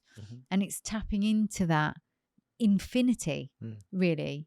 And so I guess the question is really about that experience of you found your soul, but what does that mean? Does it mean you accept that this is a impermanent chapter of your entire existence? Does it mean that you found a purpose? Does it mean that you are no longer scared of becoming part of the earth and not having this experience, but maybe having the next redistributed energetic experience? Wow. Thank you for that, by the way. Oh, well, thank you for sharing everything. That's led to that, so I appreciate that. There's so many feelings and thoughts off of all of that. The last thing the thing I thought about last, my only relationship with that, what you were saying about the energy of a life, of a soul, of a consciousness, of a living being, and where it goes when it dies. Like, my only relationship with that is in the context of hunting, or taking a life, I guess. And I think a lot of these things are so strange to talk about, but if you feel them or see them, like if you have seen someone pass away, it's very different to thinking about what that's like. And it's the same with an idea of an animal that you're holding and then it's not there. Like, when you actually experience that firsthand, like there, and something is alive and warm and like just alive, and then it isn't, my brain can't really comprehend that it just went nowhere. You know what I mean? Like, it had to. And this is the same while I was in Scotland. It was like I had to, like, the obvious conclusion was that it's gone somewhere. I couldn't, like, it's not just gone. Like, there was something here. It must be somewhere now. You know? So, like, I think that's something that was so, like, wow, like all of these things that we used to have, like these stories about the sky being alive and how it's a god and all the elements, and that makes so much fucking sense when you're there. You understand. You're like, oh, I see why people thought that. I see why people thought the moon was a goddess, because, if something happens with the tide tomorrow, it was, I went down one day and the tide was so much lower than I thought it would be. And it was like, it was a huge moment in my life. It's like, whoa, there's more seaweed, more pools and more everything. It was like, wow, like, of course I have to see everything as being alive, because, And we're just so far away from that. Yeah. I mean, it's not really an answer to your question, but it definitely like brought me to an awareness of how far removed we are from the rest of everything. And that leads to that question of, does it make you more comfortable with the idea of your own death? Yeah. Because you see the aliveness of everything that is infinite, really. Yeah, I mean, I definitely like, you know, I'm a 23-year-old dude. Like I'm pretty scared of death. Yeah. But that being said, like less so when I'm out there. And why are you scared of death? Because, you know, I think what I'm coming to in my head right now is this thing of like questioning how to live a life at the moment. Which is so bizarre after everything you've just said. Yeah. Yeah, because it's confusing. Because like in some ways it would be the biggest success and the biggest failure to just run off into the woods and spend the rest of my days dancing euphorically under moonlight. Like that'd be amazing. But also I'd be really I'd let myself down because I also love the world. I love technology. I love civilization. Like, and I think that abandoning that is not necessarily the kind of the bravest route, if that makes sense. You know, it's like, so that's what I mean. It's like, there's a real deep question in me at this stage of my life of like, okay, how do we live a life at the moment? Yeah. Because there's so much at this level, the intellect, the mind, the machine, you know, it's like, we are like machines now. We're like so automated. And how do you balance that with the body and with the elements and with nature? Like, how do I live both of those things? Is it possible? And that's what I'm kind of curious about now. That's all I can say. I don't have any answers, but I have a lot of curiosity for whether it's possible to embrace both. Which is amazing, because I know when you came out of that experience, you actually felt like, I have cracked, you said to me, I've cracked the code. This is how you felt at the time. Yeah, totally. I've got this, guys. Yeah, I was so, when I came back, I could have whatever. I had all the answers. Yeah. I was just like, I have found everything. I definitely found my soul, you know. I was just so in everything. I was so like alive. I was so excited by everyone and everything. And I was just like, felt so good. I had all the answers. And where I'm at right now, it's a little bit strange because I'm sort of like waking up from a dream where I could fly. I don't know if you know that feeling. You know, you just had a dream and you were soaring, and you wake up and there's this like, this kind of like, your heart sinks a little bit because you go, wait a minute, that was a dream. I can't actually fly. Yeah. I'm thinking, was that a dream? What happened to me out there? Is that possible for a state of living all the time? Is that possible for a way of being in the modern world? You know, can I feel like that in London? No, I don't know. Maybe. I don't know if you can feel quite like that in London. Yeah, probably not. Probably not. But also, like, so that's what I'm curious about at the moment. It's like, okay, like what do we do now? It's that like, same thing. Do? We're in such a weird position as like a species. Like, what are we gonna do? We are an animal and we're a machine. It's like we've kind of become both of these things. Yeah. And people are like, someone the other day said, what would you do if we start becoming cyborgs? You know, we start like having implants. I'm like, look, man, we're already there. Yeah, we are. With our technology. Yeah, we are. Our phone is, come on, we're cyborgs. Like, we've made it there. Like, how do we deal with this? Like, what is going on? Well, people are lost. Yeah. They're lost more than ever before, because I think this is the first, obviously there's been some major shifts in history. Yeah. You know, I don't want to sort of take away from the world wars and all of those kind of really important historical events and all the different political events. But I think with what we saw with COVID and that massive shift of perception, what we see with AI, what we see with technology and phones, and the fact that, you know, even you and I are sitting in this room of a 130-year-old building using technology, which means we can be heard anywhere in the world. Yeah.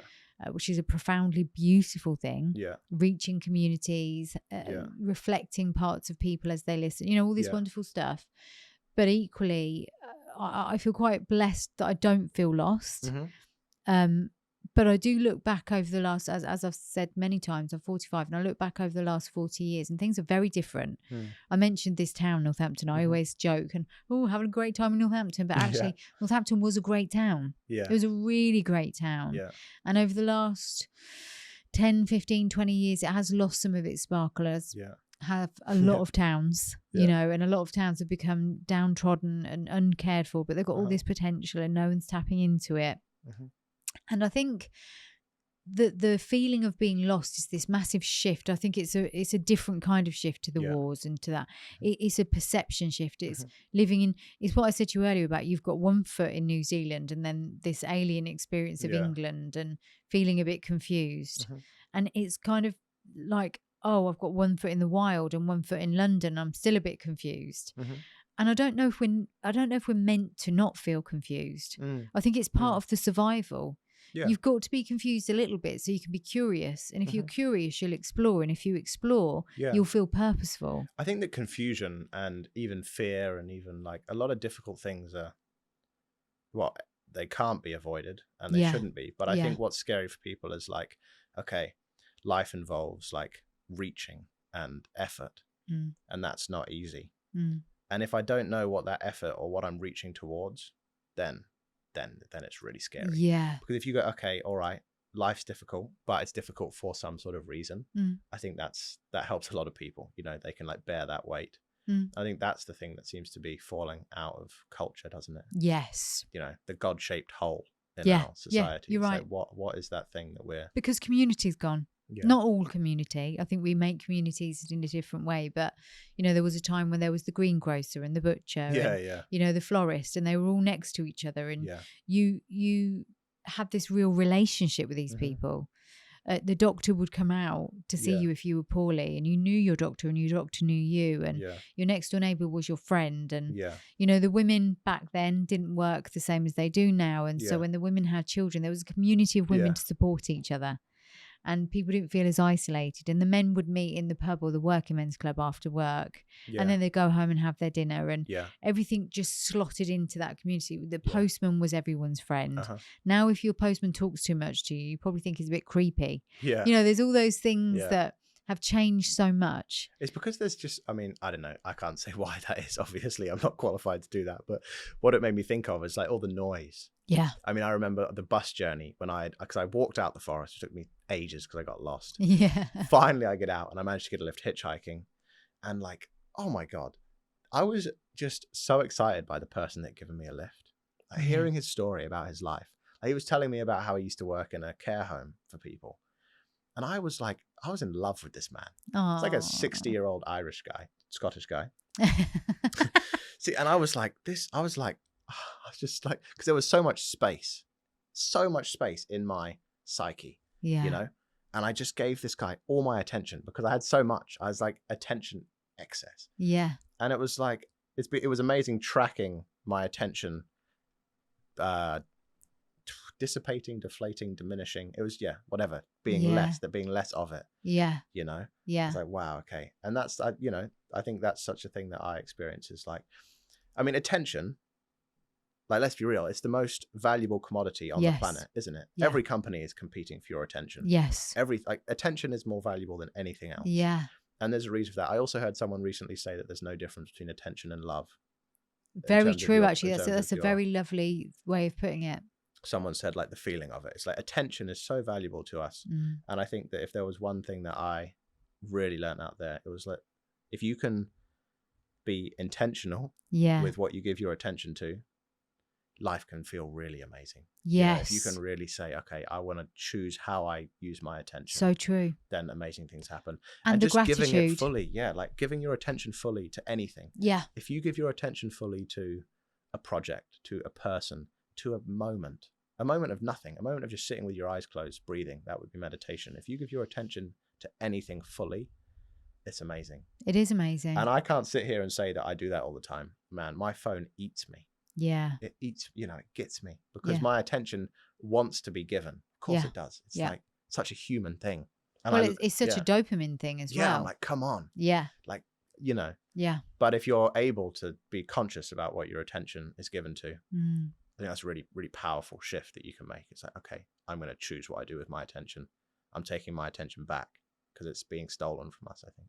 And it's really easy to say and hard to do. Yeah. Because the busyness, and this is why the community was so important, because you had structure within that that fitted everybody else's structure, that sense of belonging and that sense of support. And There was a lot that was wrong about those days, by the way. I don't want to like just be completely nostalgic and rose-coloured glasses. Yeah, no, I'm here. used to it. I mean, for my mum, it would be like the late Stone Age is what we have this conversation about. Yeah. You know, back in the day when we were 6,000 years ago. That's our back in the day normally. Yeah. And it's the same. Obviously, we can't say that was perfect. No. Yeah. And like you said with everything, I think you said this anyway today, maybe not on camera, but certainly off camera, is that with every experience, there is that dichotomy, there is that duality. You mentioned the school system earlier and how that was actually quite difficult at times because you were seeking something that wasn't there, which was the straight lines and the authority. And I think, 40 odd years ago, there was a lot more what would be seen as misogynistic. I'm not saying that I agree with that entirely, but I think... but there was better and worse times about of course that. And I think this reminds me of a conversation that I've had with my sister for many years, and it's a playful conversation. You know, I don't want to throw her in the deep end of the pool here, but essentially the beginning of the conversation is like, would the planet be a better place if there were no humans on it? And this does relate to what you're saying. And it's that, like, she kind of would say, she would take the side in the argument that yes, if there were no humans, the world would be a better place. And I take the side of no, the planet is a better place for having people on it. And how does this relate? It did.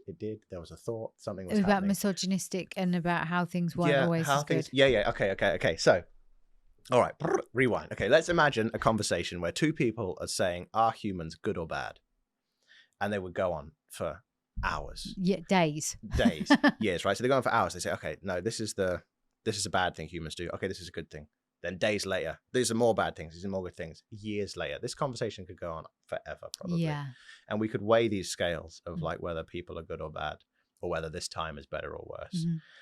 But for me at the moment, those scales matter less than individual feelings and moments. Yes. Okay, maybe we could say that anything, but there are moments. There are real moments of bittersweet beauty, of like, there are moments of like love, and there are moments of real goodness. Yes. I believe there are moments of complete joy and complete. And for me, the most extreme moment of magic and feeling alive is music. Live music. And that's why I really want to do that with my life. And talk about that for a minute, because I think whichever age you look at, music is a part of it. Yeah. In some way, shape or form. 40 years ago, 60 years ago, 600 years ago, sound has always been fundamental. Our brainwaves change as we hear certain sounds. I mean, I use sound bowls in my practice, which is seen as a little bit woo-woo, but actually... Mate, I'm all about it. Yeah, me too. As you can probably tell. Yeah, and you are the living embodiment of it all. But I do think that we need it, and it's how we feel present. Meditation with sound is often easier for some people. Yeah. Because their brainwaves are naturally resonating and yada, yada, yada. So tell me, because there was something you said earlier about explaining within... Yeah, So when I was no, I'm just thinking like sound bowls, like stuff. Yeah. So when I fell into the teaching rabbit hole, I had a class called The Music of Nature and the Nature of Music. Amazing. And it was just about nature and music. And I'll try, if I can. I'm going to try, 2 minutes, I reckon. Okay. I reckon I can. Okay. Nature of music, music of nature, sound stuff, 2 minutes. Right. So. Don't know if I can do this. Right. So the first thing you need to understand for this to make sense. No, we're going to start again. So it's really, I'm like trying to think the whole thing through now. I've never like done it in. So, okay. There is a reason that some chords feel like a sunset and some melodies sound like heartbreak. There's a real mathematical, tangible reason for that. And I'm going to explain that to you now. Okay. As quickly as I can. Okay. So the first thing you need to understand is that rhythm and pitch are actually the same thing. So pitch is a note, da, and rhythm is this. Doof, doof, doof. What I mean by they're the same thing is if you take a rhythm, doof, doof, doof, doof, and you speed it up, you get a note. Yeah. That was not a good rendition of that effect. A better one would be a washing machine. When it starts, it goes... Yes. Or an engine turning on. If you can think of anything where there's like da, da, da, da, a rhythm, when the rhythm gets fast enough, it will become a pitch. Got you. So a very tricky question. What do you think happens if you speed up 2 rhythms? You speed up one rhythm, you get one note. If you speed up two rhythms, what do you reckon you get? Do they balance with each other? No, not quite. So they're different to each other. Yeah, they will oppose each other. You get two pitches. You get two notes. Ah. So check this out. So you speed up one rhythm, you get pitch. You speed up two. Let's take 3/2, which is Don't know if you can hear that. That. So that's 1 is 3, 1 is 2. Okay. When you speed those up, you get an interval called a fifth. Now, a fifth is a very earthy, very muddy kind of consonant interval. It's a power chord. It's used in a lot of rock music, a lot of like do. Yeah. Now this rhythm, how does that feel? It feels nice. Feels good. Feels kind of like, feels earthy. Yeah. It feels kind of solid. Yeah. Feels like do. Yeah. And so does the interval of a fifth. I wish I had an instrument to play you an interval of a fifth. Now if we take a rhythm like this, which is 4/3. That's got a different feeling, doesn't it? Yeah, it does, yeah. What does that feel like?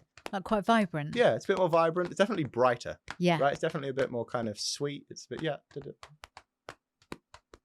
Now you speed that up, you get an interval of a fourth. And that's a sweet interval, right? It's less like that than the fifth was. Okay. Anyway, this is where it gets really interesting. Here we go. Da-da-da-da. Drum roll. Is what happens now is that we sped up rhythm and we got pitch. Yeah. If we take pitch and we speed that up, so we take A, which is a note that's going at 440 times a second. So that's how fast it's vibrating through the air. We double it to 880, it's still an A. It's called octave equivalence. Every time you double a frequency, it goes up an octave. So if you take A and you take it up 40 octaves, you're now in the light spectrum. Wow. Yeah. So now we're in colors. Wow. Yeah, A up 40 octaves. I'm not saying that it turns into a color. Yeah. Because one's a compression wave and one's light. They're not the same type, but it's the same frequency. We're at the same speed as color. Yes. So if we take that up 40 octaves, we're rocking with orange. Wow. And A. Now if we take E, which is a fifth away from A, we speed that up, we get blue. So now we have this rhythm. Da, da, da, da, da, da. You speed that up, you get a fifth. You speed up the fifth, you get orange and blue. Wow. Now, orange and blue are the colors of a sunset. They're complementary on the color wheel. Yeah. They're also like an orange and teal Hollywood movie poster. Yeah. Do you know what I mean? They're like a fifth. They serve the same function in pop culture as a fifth does. It's really strange. Anyway, all of that is to say that like there is a reason. There's a reason that feels the way it feels. Yeah. It is not some stupid, you just think it feels like that because you've heard loads of things. Let's say a song is not sad because you heard it in Shrek. Yeah. Do you know what I mean? It's sad because it connects to something deep that you can't even explain with your mind about the universe. Do you know what I mean? It's like there's a reason that things are happy and sad in music and in art. You can take Starry Night by Van Gogh and you can slow down those colors, those kind of light and dark blues, those yellows and the kind of off-whites. Mm-hmm. And you'll probably get a very melodic minor-y scale. Mm-hmm. You know, it'll associate. It's like there's these deep, like when we see a flower open in spring and we think, oh, that's kind of beautiful. It's like we're understanding something really beautiful there. Yeah. So I feel like you need to go on that circle, or I had to really understand it mathematically to just accept that when I sit and look at a sunset and I feel nice, that that's probably right. You know what I mean? It's not like a made up thing. It's not because it's in like loads of rom-coms that they sit by a sunset. It's like, no, actually, there's something beautiful about sunset. Well, this is where it goes to don't think it, feel it, because you're allowed to feel it because it makes sense. Yeah, exactly. If you just let yourself feel that, then you'd be fine. Yeah. I'm so glad you did that. Yeah, it didn't.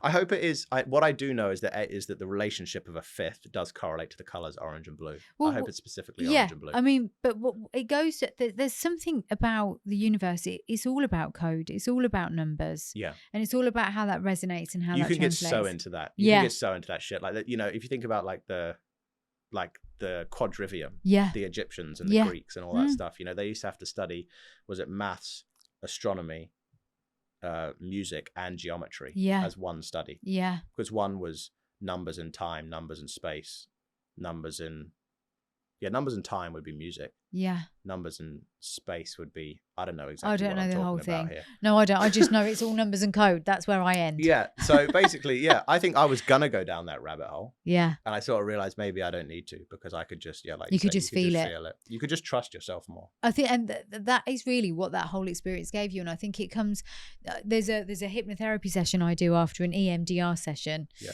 What is EMDR? So that's eye movement desensitization reprocessing. And that's about, and for those listeners that have tuned into every episode, they'll have heard me say it a lot, but it's good because repetition is recognition. Okay. So they'll know it off by heart. So when you have an experience, your brain will log the emotional processing and the experience, the memory, through eye movement when you go into REM sleep. Okay.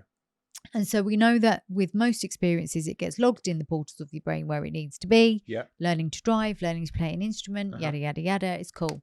But if it's quite a traumatic experience, an acutely traumatic, acute PTSD, so it was really designed for things like military stuff, police, paramedics, that kind of stuff.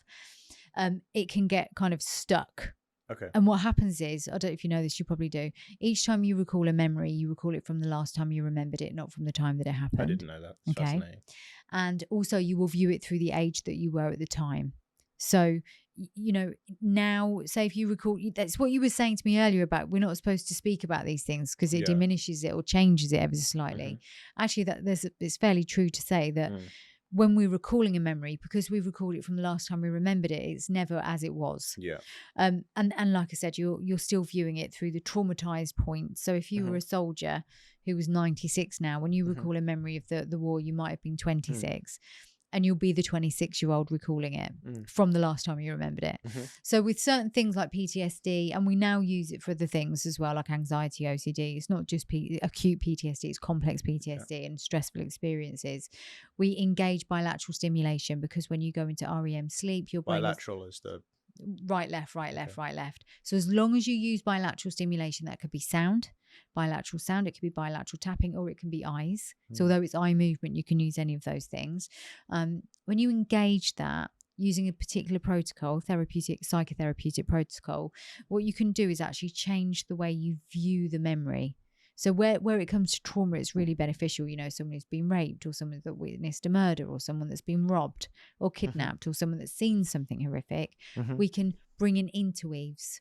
So new thoughts, new suggestions that has been agreed with the client to change the perception.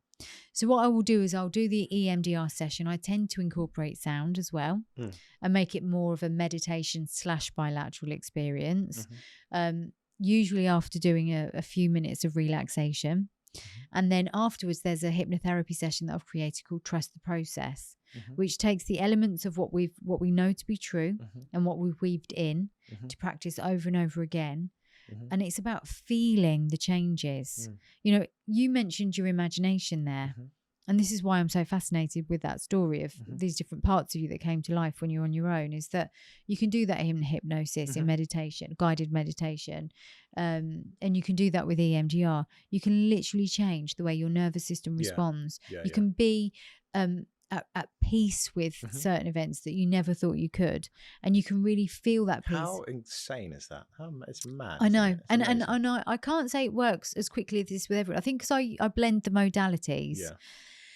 It can be more profound. If I use sound as a sensory grounding tool, if I use the lights, you've seen the lights in there, it's not clinical, it's quite spacey, isn't it? If I use the smells of incense, if I use the protocols and I tap into the subconscious at the same time, what's happening is the brain is able to shift the energy of fear, of loss, of grief, of whatever it is, helplessness, and it's able to bring in a new part. I think that's the golden thread that I see woven through this whole conversation, really, is and something that probably could have just said this and would have been fine, which is just trust, really. And I think trust specifically of yourself. Yes. And how for me that was not easy for whatever reason. I'm not sure why that was, but I definitely had to do something extreme to come to the simple conclusion that I could trust myself more often than I previously thought. What's interesting about that, and I think that's really important, trust and perception are two really, really important things.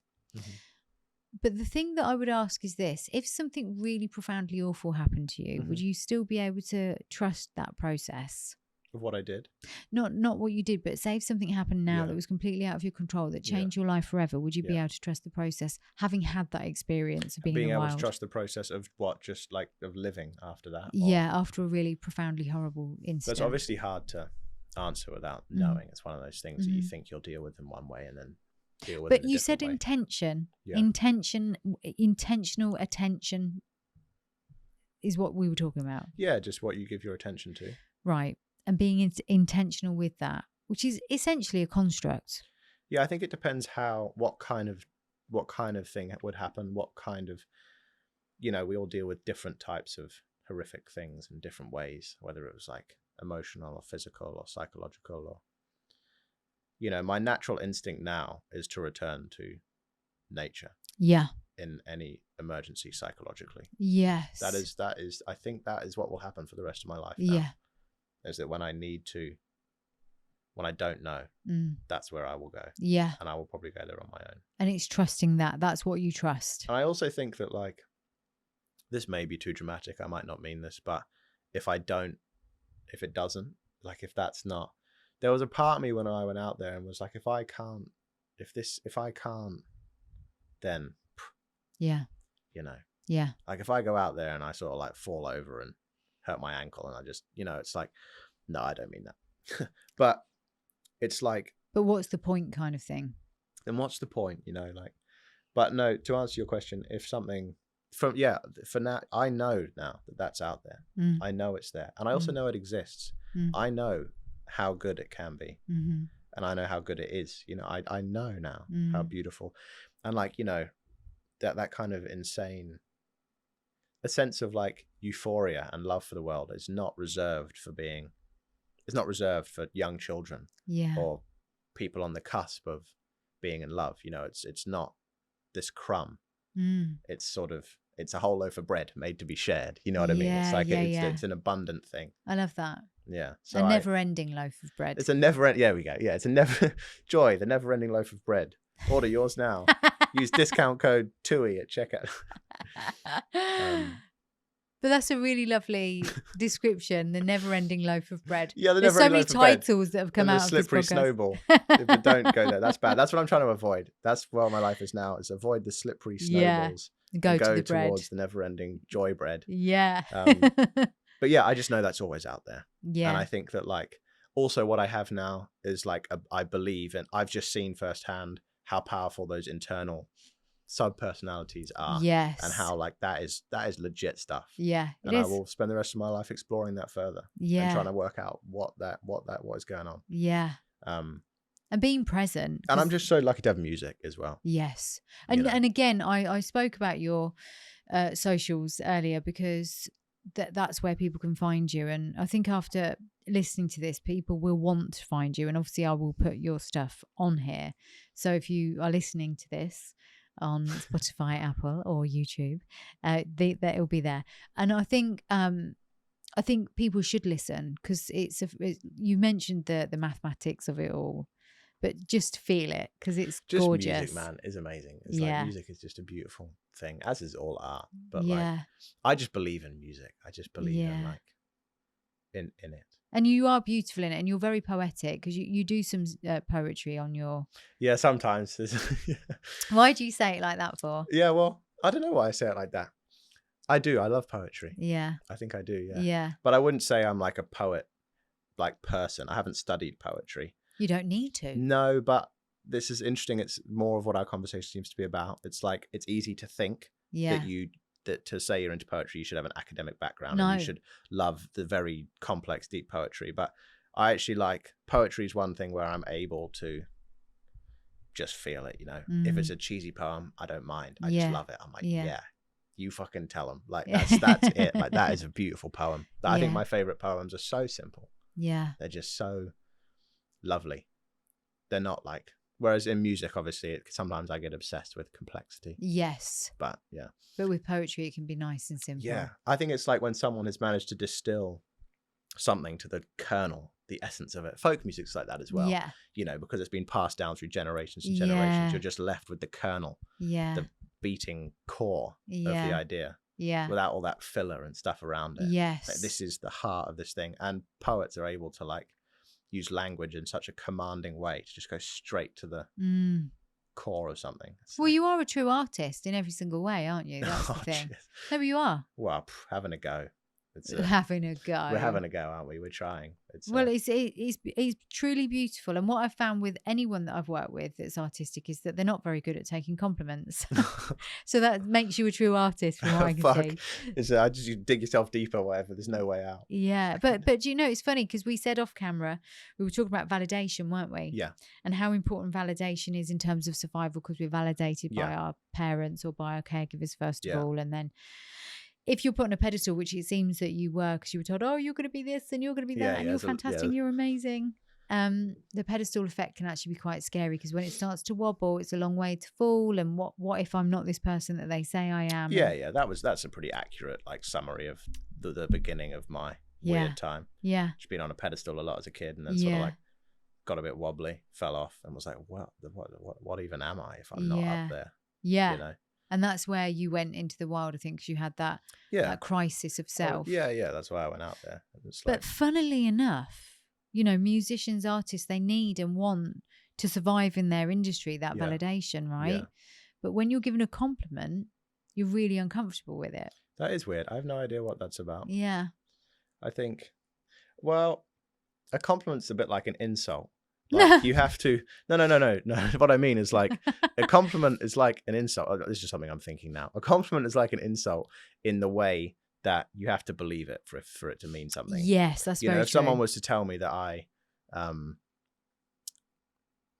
my fingernails are too long, it probably wouldn't offend me, because they're not very long. Yeah. Do you know what I mean? Yeah. But if someone was like, oh, you're a little bit skinny, I'd be like, oh, hey, that's not very nice, you know, because I am kind of skinny. Yeah. So like that'll like, and it's probably the same with a compliment. Yeah. You know, if someone says to you like, oh, something that you don't believe yourself, it's very hard to take that compliment. And if someone says something you do believe, you go, oh, thank you. That's really nice. Yeah. And I think the idea of like, if you say, oh, you're a real artist, I can't really take that, because it's very hard for me to believe that in some ways. You know, that's like a hard thing, you know?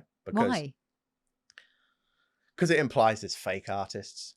A little bit. Do you know what I mean? It's like I kind of feel like everyone is an artist. And I'm not just saying that. That's not just like faux modesty. Like I sort of do think, like, why am I an artist and not like everyone is an artist? So it's hard, like the idea of that's being a fair real artist. I wouldn't really. The other thing is like, I'm just starting out, like career wise, technically. It's like, don't I need a certain amount of, I need to have sold out more tours to be a real artist? Don't I need to have sold more records or like done more things or, you know? But then that goes against what you've just said about everyone's a real artist. Yeah, it's true. It's the 1 foot here and the 1 foot there again, isn't it? It's that confusion. Yeah. I love what you said though, because it is a fair point. You know, absolutely 100% fair that you say, well, everyone's a real artist. Yep, I agree. And yet you're questioning what makes you a real artist. Yeah. Well, yeah, just questioning. I guess I think, okay, that I've come around to compliment. Thank you very much. I ask a lot of questions, and I think that's what artists do. So that's brilliant. Yeah. Just say thank you. You know, I'll just come around to it. Thank you very much. I appreciate that. But we had a moment there. We had a moment there where it was it was good. It wasn't going to land. But it was good because other people listening will get it. Yeah. That really struggle with compliments. Like, oh yeah, that makes so much sense. Yeah. Because there's so many people that do. Yeah. And the thing is about compliments that's maybe different or maybe not to giving an insult is that I really enjoy complimenting people. I really like sharing that moment. Yeah. And saying, oh, you're beautiful, or you're this or you're that. Because it's really nice to just share that belief. Yeah. Whether it's just a perception or not. Yeah. It's a nice thing to give. That's lovely. Because people don't hear it enough about themselves. Because everyone's scared to give compliments as well. I think there's a real discomfort with giving them as well as taking them. Yeah. I don't know why. I think if you struggle to give compliments, it's probably there's more to do with you, isn't it? It's like you're worried about how it's gonna make you seem, which is so strange. Well, people either think that they're going to, because a lot of people say, oh, you're just saying that. Yeah. And then you don't want to be that person that's like, oh, I hope you don't think I'm just saying this, because then you can't give a compliment that. So I'm not just saying this. It's so, if we get so in our heads, don't we? I think that's one of the like worst things that can happen, like in when it comes to interaction. Yeah. You know, we're like in our heads, oh, what will I, what will I, what will I? Yeah. It's such a beauty, like it's the attention thing again. Yeah. That's what attention is, that's the shit, man. Yeah. Your attention, shit. That's the real, your attention is a sacred thing. Yeah. I believe. Yeah. I believe that. And I believe what you do with your intention your intention with your attention is a sacred thing. I think that like if you give that to someone, it's a beautiful thing. And that's what a good compliment is, you know. It's like you've given your attention to somebody and you've noticed something and you've said it. Not you've gone inward and you've gone, what could I say? That is a nice thing to say. Yeah, that's so true. And people can feel the difference, I think. Yeah, I think you're right. Yeah. I think you are right. And I think we should all just be authentic if we can. Yes, if we can. If we can. Yeah, and there's so much in the way, but we can. It is possible. I think there is so much in the way, but it's going to be there anyway. So you may as well just be your true self within it. Definitely. Now, that doesn't mean there aren't some shadows still. Yeah. This is kind of like a final thought, I guess, to wrap up everything we've spoken about. But when you're living in your authentic self, there is still some level of I need to be careful about this, or, you know, you can't just, for example, you can't just go around, you know, raping and pillaging and that kind of stuff. You can't just stab someone in the eye because that's a thought you've had. You might think it. That says more about me than anything else. It's not your eye I want to stab, don't worry. But no, you can't do, I suppose you can't live fully authentically because otherwise... No, but it's making me think of the scales again. Yeah. Like if you're going to acknowledge that like humans are terrible and lovely, then you should acknowledge that you are both terrible and lovely. Exactly. And there's an amazing guy called John Vervaeke, who's an incredible thinker, but he said that what we strive for is wholeness more than it is perfection. Yes. Or, you know, we don't need, like, wholeness is what makes us really fulfilled more than happiness. Yes. Everyone's aiming for happiness when they should be aiming for wholeness. Yeah, it's the same as love. Happiness, love.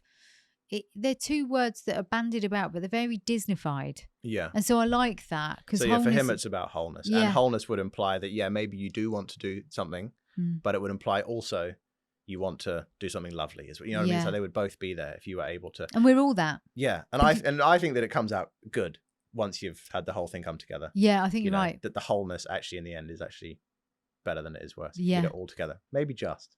I think you've got to admit to it. You've got to admit to who you are. That's you don't have to share every thought. Yeah. But I think at least admitting to who you are is a thing. You know, like we can all be destructive and we can all have thoughts that are intrusive, and we can all have moments where we've mistreated people and said the wrong thing or done the wrong thing. And we can all have, you know, perverse thoughts and all those kind of things. And then you've got some people that make a living out of that. They put it into music, or they write about it, or they paint about it. They never speak it, but they show it in some way, shape or form. And that's what artists do, isn't it? It shows you every facet of yourself. And I think that's beautiful, by the way, to be able to feel accepted in somebody else's work. And that's what I said to you at the beginning. I think your podcast is going to be powerful because some of the things you've spoken about, I'm not saying nobody, but most of the people listening may not have done, but they'll be able to hear elements of your story in themselves. And I think that is a gift, and that's what you do with your music, but you've done it today, and that you've brought a lot to the table today, and I want to thank you for that. Oh, thanks. Because it's been really beautiful for me as well. Thank you. I feel like I've been rather transparent in the duality of the feelings, which may have been a strange thing to do. Yeah. But I think it's a great thing to do. Yeah, I've just been like honest about how it's not always so simple, you know.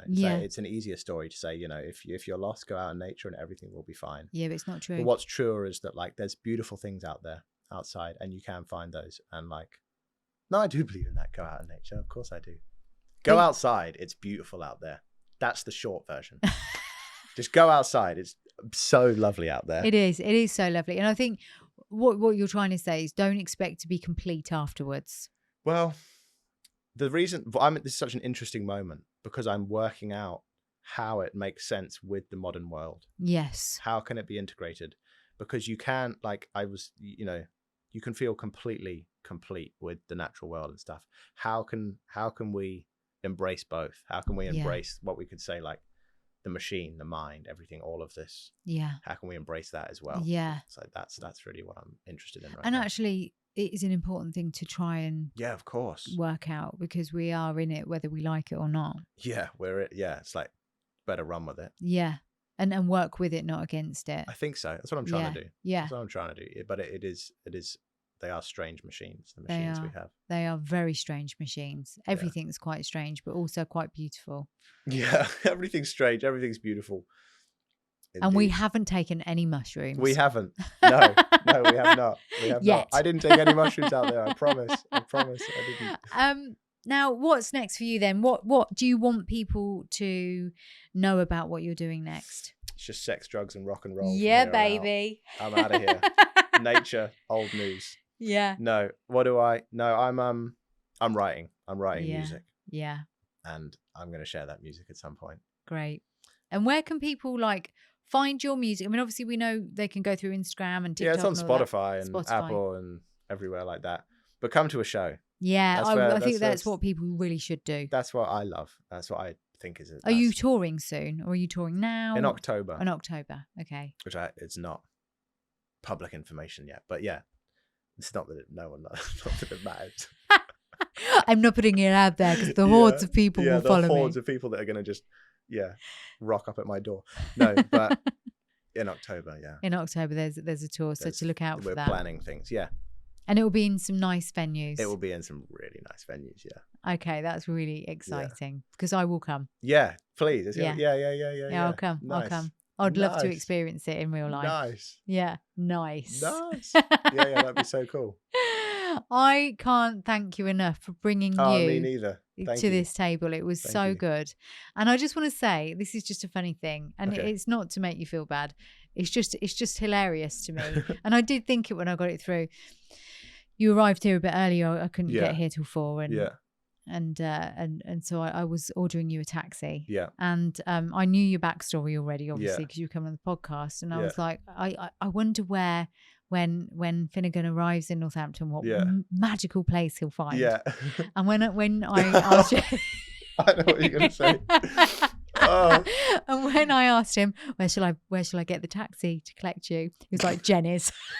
And anyone who doesn't know what Jenny's is, it's just basically a really cheap Wimpy's from back in the day. I loved it. I mean, I loved it. Yeah, I thought it was so great. They were so nice to me in there. Yeah, I loved it. No, I did look around. I went into some charity shops. Had a good time. Up in Jenny's. I saw the sights.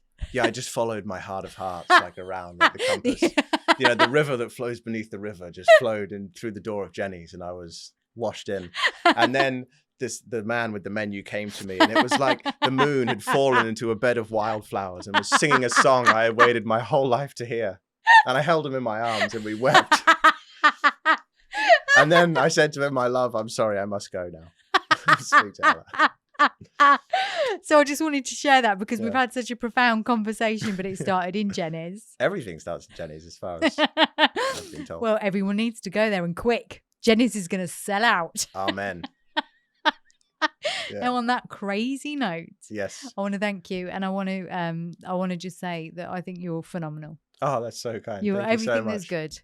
Oh, that's so lovely. You are. I've had a great afternoon. Oh, me too. Me too. Thank you for being here. Goodbye for now. Oh, thank you. All right, take it easy, but take it, guys. You know what I mean. See ya.